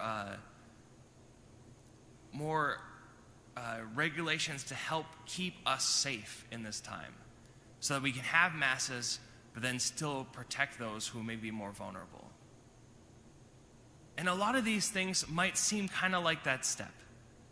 Just, there's plenty of reasons not to do it. Why are we even on this step? Maybe it doesn't make a lot of sense to you. And so to think about the importance of obedience in this time. And if we can't be obedient in small matters, how are we going to be obedient in larger ones? If we can't be obedient to our authorities or to the church in small matters, how are we going to follow the will of our Father every day instead of following our own will?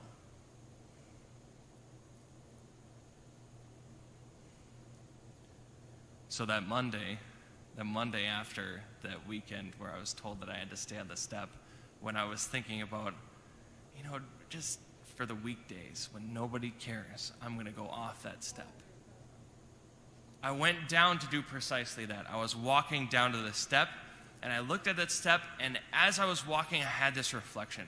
I thought, you know what, no, I should just stay on the step.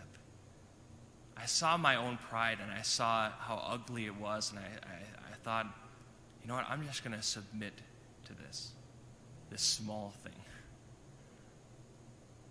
And so I did. I stood on that step. And then as I was distributing communion, I thought to myself, you know what? There's greater freedom here. It appears as more submission, but now that I'm standing here in obedience and in humility, there's greater freedom because now I can pursue the good and not just my own will. Now pride isn't dragging me everywhere that it wants me to go, but instead I can step back and see, yes, this is a good thing, even though it may not be my will. And it was at that moment that I started to love that step. And I still love that step. I always stand there now. And even when I'm at some other churches and there's a step, I'll stand on that step. And now I love it because it doesn't have the same kind of sting, because I've been standing on the step, and I'm past that point of I've gotten over my own pride. Well, maybe that's an incorrect statement. I'm fighting with my pride. But now I love that step because it reminds me of the danger of my own pride and how quickly and through such a simple thing I can resist. That step reminds me of the strength of my pride. If we want to image Jesus Christ in the world, we can see that obedience is fundamental. Think about that in your own life. Can we be a people who are obedient in the small matters, and who are as obedient to Jesus Christ is to the Father in the rest of our life? Oh, that ending was brutal. It could have been so much better. Mary, this kind of makes up for it, but you showed us obedience by that conclusion was by your rough. fiat. And so, Mary, model of obedience on this Mother's Day, pray for us. Okay, so honestly, I'm so mind boggled at how long that homily was.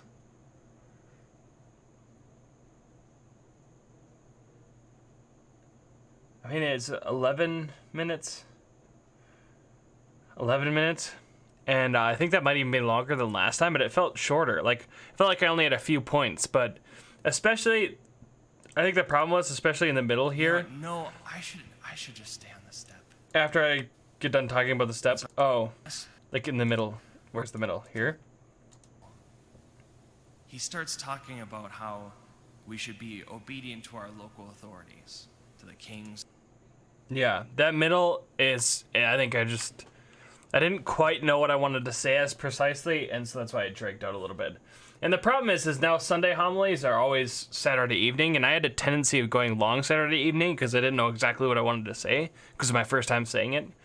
And so I think that's what's happening here. But I just need to keep that in mind, that was still a long. I need to work on that. Okay, Chris says, yeah, how can he struggle with anything when he's perfect? Okay, so perfection doesn't mean lack of difficulty or even no temptation. That's not what perfection means, especially as a human being. So just because it's perfect doesn't mean that he's not going to go through or what he does is challenging. And so that it requires obedience to do a difficult thing. It's like you can have the perfect golfer, but what the golfer does, because what it means to be a golfer is to hit difficult shots and to use your muscles in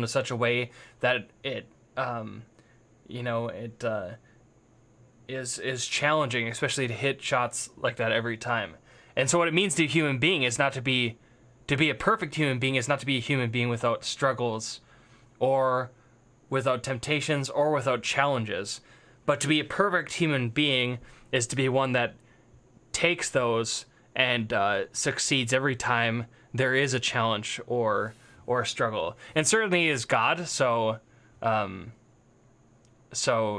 there's that. So it's certainly, he doesn't, he makes that look easy but what the thing he's trying to make perfect is human nature, which itself, what it means to be human is to have those things, to struggle through obedience. But also we can see too that Jesus is just being the exemplar. So some of what he does is just to show us who don't have his divine nature how to do the things we do. But he was like us in all things but sin. So that includes everything that's part of a human being besides the actual part of sin. And then Chris says, wait, slaves should be obedient to their masters, huh? Well, yeah, first of all, slavery has just been a part of the world for a very long time, longer than it hasn't. And what Jesus does is Jesus hardly ever speaks into fixing society. Hardly ever does he speak into fixing society. Most of even with taxes that were unfair, he just says, we're extorting the people, give to Caesar what belongs to Caesar. He's not concerned about fixing the state of the world because the world is fundamentally broken. And we also have to remember that, like, back then, it's not like you can just go volunteer or just, like, go sign up for a job somewhere. And then, like, it's as easy as it is now. Like, some of the ways you had to survive was to attach yourself to somebody who had more wealth. And it doesn't mean that in all cases they were treated as less than human, although maybe I'm wrong there. But still, it's not something that Jesus is condoning. But what Jesus does is he says, whatever your state in life, how are you supposed to live in that state? Because slavery is just a part of the world. I mean, in some sense, slavery is still active. I mean, a lot of times, not even just in some sense. We do have slavery still, but even in like our first world, we're still slaves to things, and to people because we need to survive. And they have the wealth and the authority. And we're not treated as less, but even in recent years we have been. Like the working class. So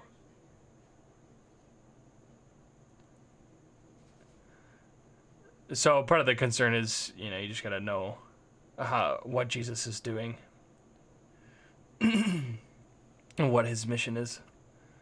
Stephanie says, I feel like the problem of pride getting in the way of obedience is got a bit lost.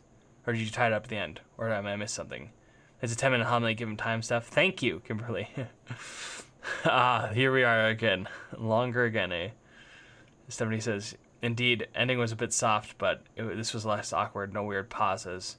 Though some stumbling of words and such. Yeah, there were some moments where I didn't know what I wanted to say, and it came out. And it was a little bit frustrating because I liked the homily as a whole, but I thought the step example kind of tied in what I was getting, even if the middle got I fumbled the middle a little bit. But Chris says it's hard to convey a conclusion when you're driving a meaningful lesson from a smaller event like this one about steps. Yeah, I think that's true. It's hard to convey a conclusion when you're deriving from a meaningful lesson. When you're driving a meaningful lesson from a smaller event like this one about the steps. Chris says, I figured that was the case, but a lot of people I know look at those sorts of phrases as problematic. And in our current time, those concerns are definitely valid. Yeah, true. No. I just wanted to bring up some nuance to preaching that today without context.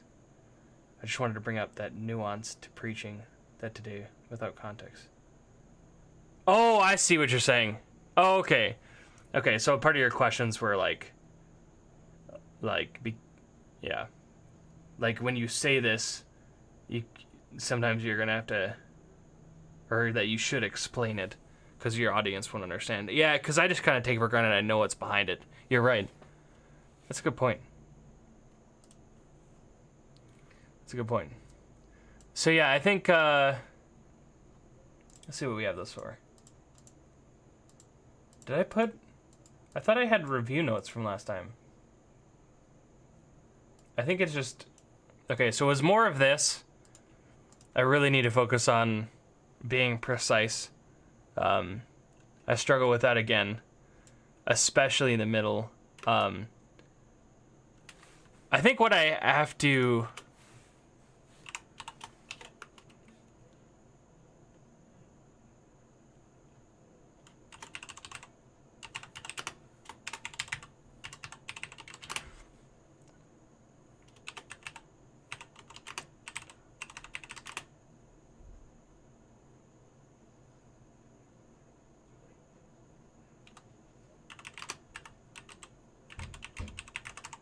Not that it was necessarily a very difficult theological topics, but I always find that sometimes I underestimate how easily I can talk about something that's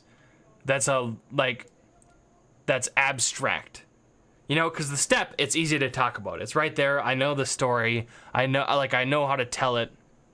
But once I get into the theological topics, sometimes I overestimate my ability just to talk about it without confusing myself or the audience or both. So I think I just need to remember that I need to make sure I know what I'm going to say when it comes to the story. I don't need to prep so much because, you know, I can get up there and talk about the story fairly easily. And I don't think I spent enough time thinking about the theological topic, how I'm going to say it. I did spend some time, but I don't think enough to make it fluent and precise. And then Chris's point,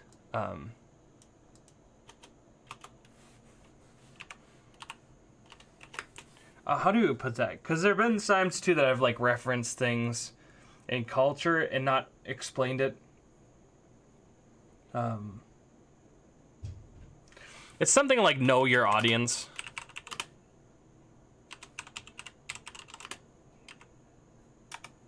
Or don't assume, which I think both might be. Both might be important.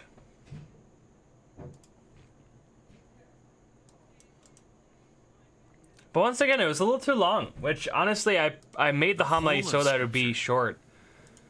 But I think I get too caught up in reiterating my idea more than once. So I put the idea out there and I'm like, oh, maybe I should say it in a slightly different way. And I get unsatisfied, so I say it in a slightly different way. And once you do that a bunch of times in a homily, it starts to get long. Isn't it ridiculous how prideful we can be? True. And how we can easily resist and want to do our own thing, a reasonable request. True.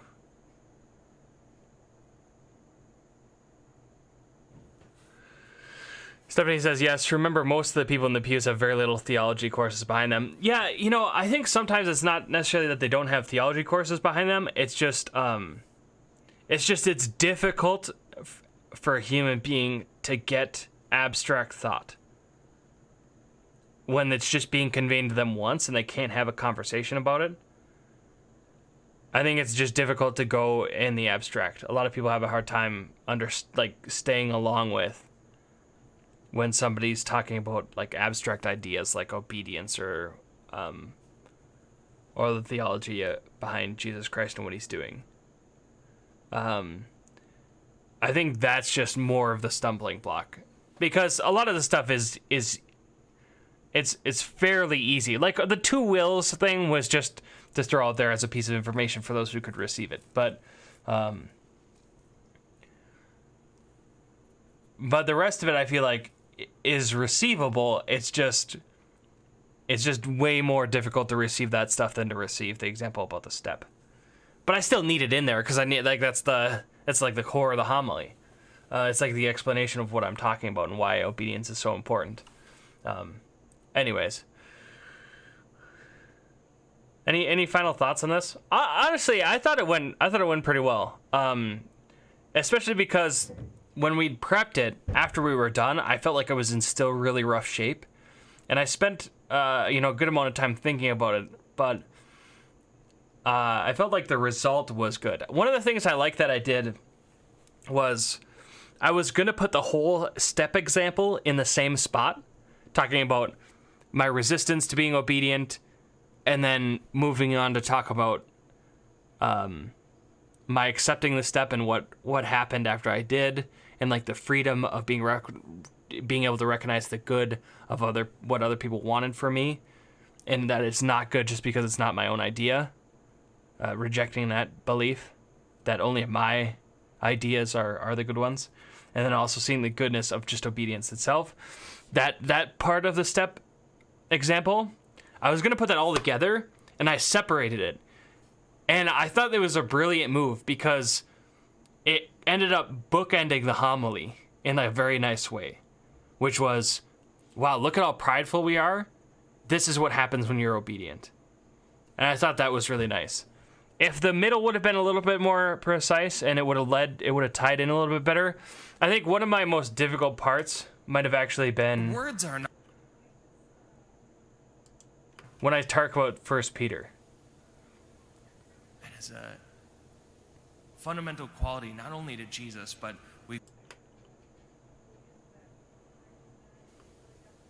thirdly important quality. But it is one of the most fundamental if we're meant to image Jesus. Now, after I talk about Jesus and the gospel and I get into 1 Peter, and there's a long pause there where I'm trying to figure out how to connect it to the step. And then I go into like what's going to happen in our local times, what Father Tony was saying. So, I don't know, maybe it wasn't that bad.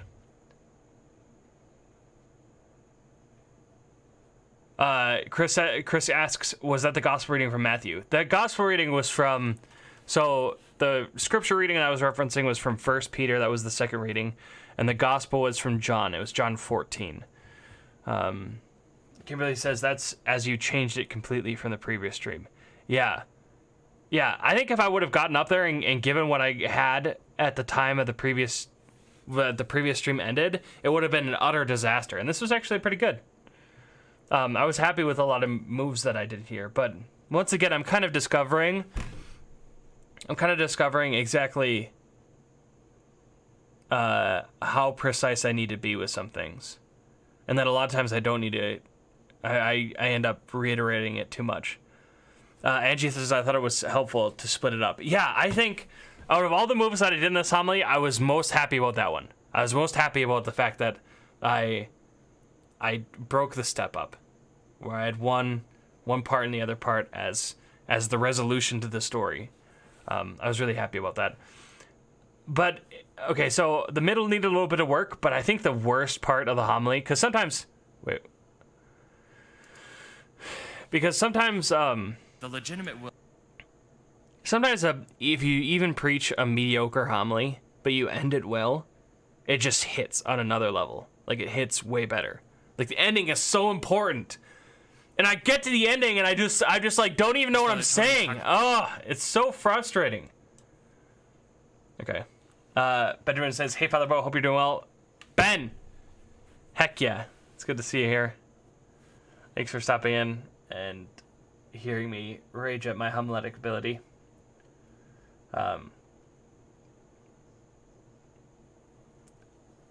Yeah, once again, I gotta put a note down, because I even tried this homily. I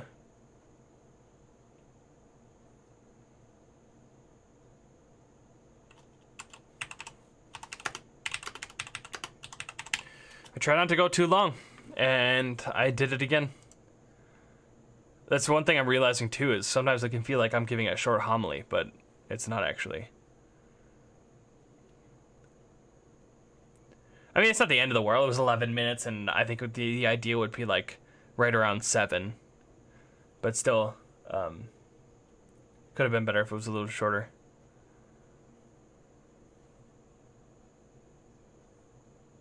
Okay. All right. Heck yeah. Thanks, everybody.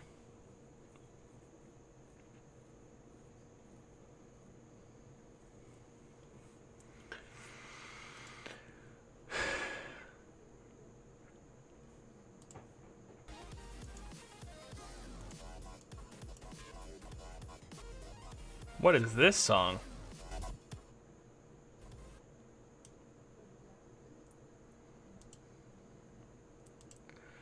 So, what are you guys doing later today? I appreciate your comments.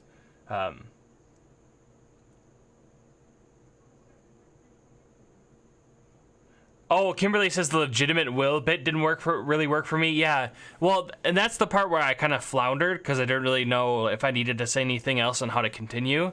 But I was also going to explain that a little bit more and talk about what that means, and because obviously there's dangers to obedience, right? Like there's a balance there, you know. And so I was going to talk about why the word legitimate is important and stuff like that.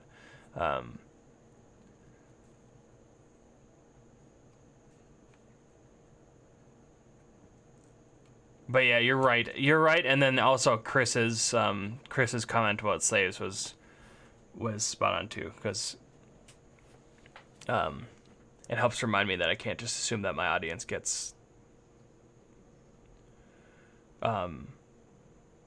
the context behind it and like why it's not problematic.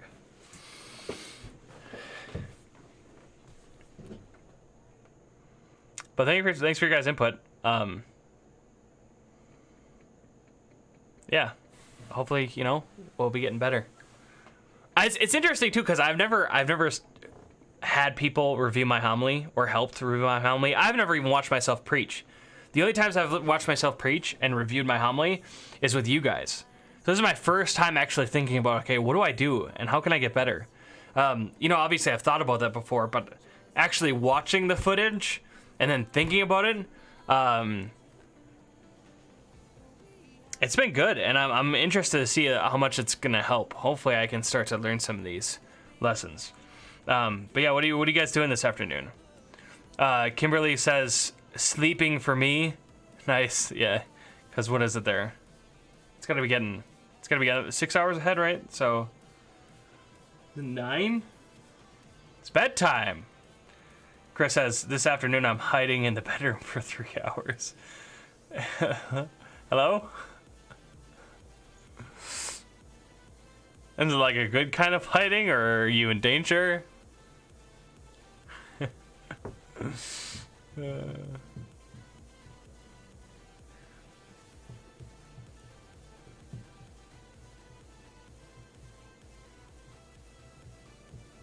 Oh, Chris says because Liz is seeing therapy clients in their living room. Okay, that makes more sense. It sounded like something that was bad. Stephanie says currently looking up death records from 1921. Then home to get my daughter on her Zoom dance class. Then making tacos. I love that comment. That's great. There's something about the contrast between each of them. Like, you got this ridiculously looking up death records from 1921, and then talking about a Zoom dance class for your daughter, and then just the simplicity of making tacos. That's great. It's 9:10 there. Yeah, okay. So it is 9, so 6 hours. Yeah, I'm gonna, what am I gonna do? I might go get some coffee, and I've done pretty much most of my goals today. I need to paint eventually, so I'm painting a little miniature, so I need to paint as a part of my goal at some point today. And then I ran this afternoon, but I'm gonna do another workout at 4:30, and then I'm gonna have dinner, and then I'm probably gonna come back to my office and chill and maybe do some work, visit with friends, play some games. So I don't have too much more going on today because I got most of it done already, even with the nap.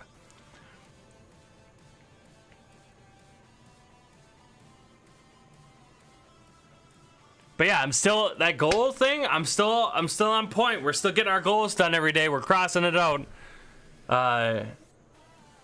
Life has been good since I started this. I mean, life is good, but since I've had something to work towards, those goals to achieve, it's been great. So I'm still on track, still getting those done each day. So I have a few more things to do, paint and the other exercise, but otherwise I'm good. Oh, and then I gotta do evening prayer and daytime prayer at some point. Stephanie says the mom, wife, church secretary life. It's crazy. Andy says gardening. Yes. Well, how have you been doing? How have your gardens been doing with all this this cold weather? Painting some Zeech soldiers? No, not Zeech. Okay. Space wolves. Let's go. Those are my enemies. And no Saturday stream. Oh, thanks, Kimberly. Thank you for reminding me. So, I probably should have mentioned this earlier, but no streams the rest of the week. So typically I'd have a Wednesday and a Saturday stream. A Wednesday late night where we're playing games, and then a Saturday stream. But I'm not, no more streams this week. So this is the last stream this week, and then we'll come back next week, and we'll have, I'm sure, all 4 streams again. So we'll do Monday, Tuesday, Wednesday, and then Saturday next week. Oh, Father Tony has a podcast up, so I'll watch it before bed. Okay. I wonder if he'll talk about the news that we discussed. I wonder if we'll talk about Father Muich, or now Bishop-elect Muich. But all right, everybody, it's been, once again, I'm loving this. Thank you all for joining me. I've really been loving these streams, and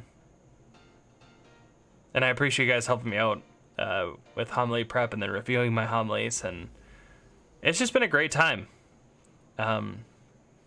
And a part of what makes it great is the fact that you guys are here and commenting, and I can respond to your guys' comment, and there's some interaction between us. Because I think, you know, what I love about live streams is that you start to build a community. You start to build a community where, you know, you see the same people on, and then they start to talk, and then you start to talk with them, and you start building a community, and that's what this is all about, is we just doing stuff together and talking, and I think it's great. So I've been having a ton of fun, so thank you all. Yeah.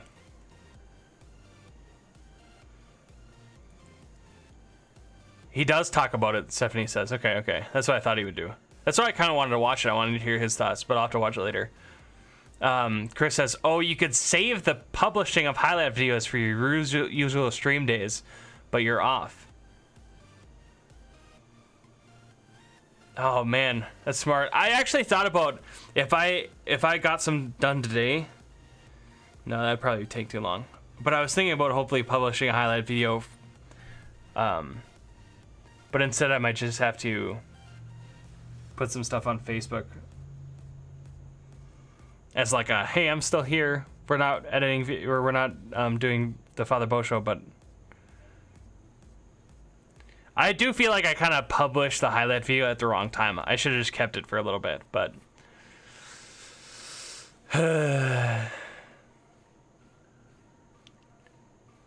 you know, maybe I could see how fast I can edit a video. I don't know. We'll see. Maybe I could get one done tomorrow and tonight. Angie says flowers are doing well. Went flower shopping this morning, waiting for them to warm up. The warm up? Oh, okay, nice. I was a little bit concerned. I was actually thinking about you when the frost hit and the cold weather. So I was wondering how gardens were doing. But I don't know like what setup you have. Like my mom is just planting in her greenhouse, so hers has been fine, obviously. But all right, thanks everybody. Let's close in a prayer. In the name of the Father, and of the Son, and of the Holy Spirit. Glory be to the Father, and to the Son, and to the Holy Spirit, as it was in the beginning, is now, and ever shall be, world without end. Amen. This too will serve the Lord.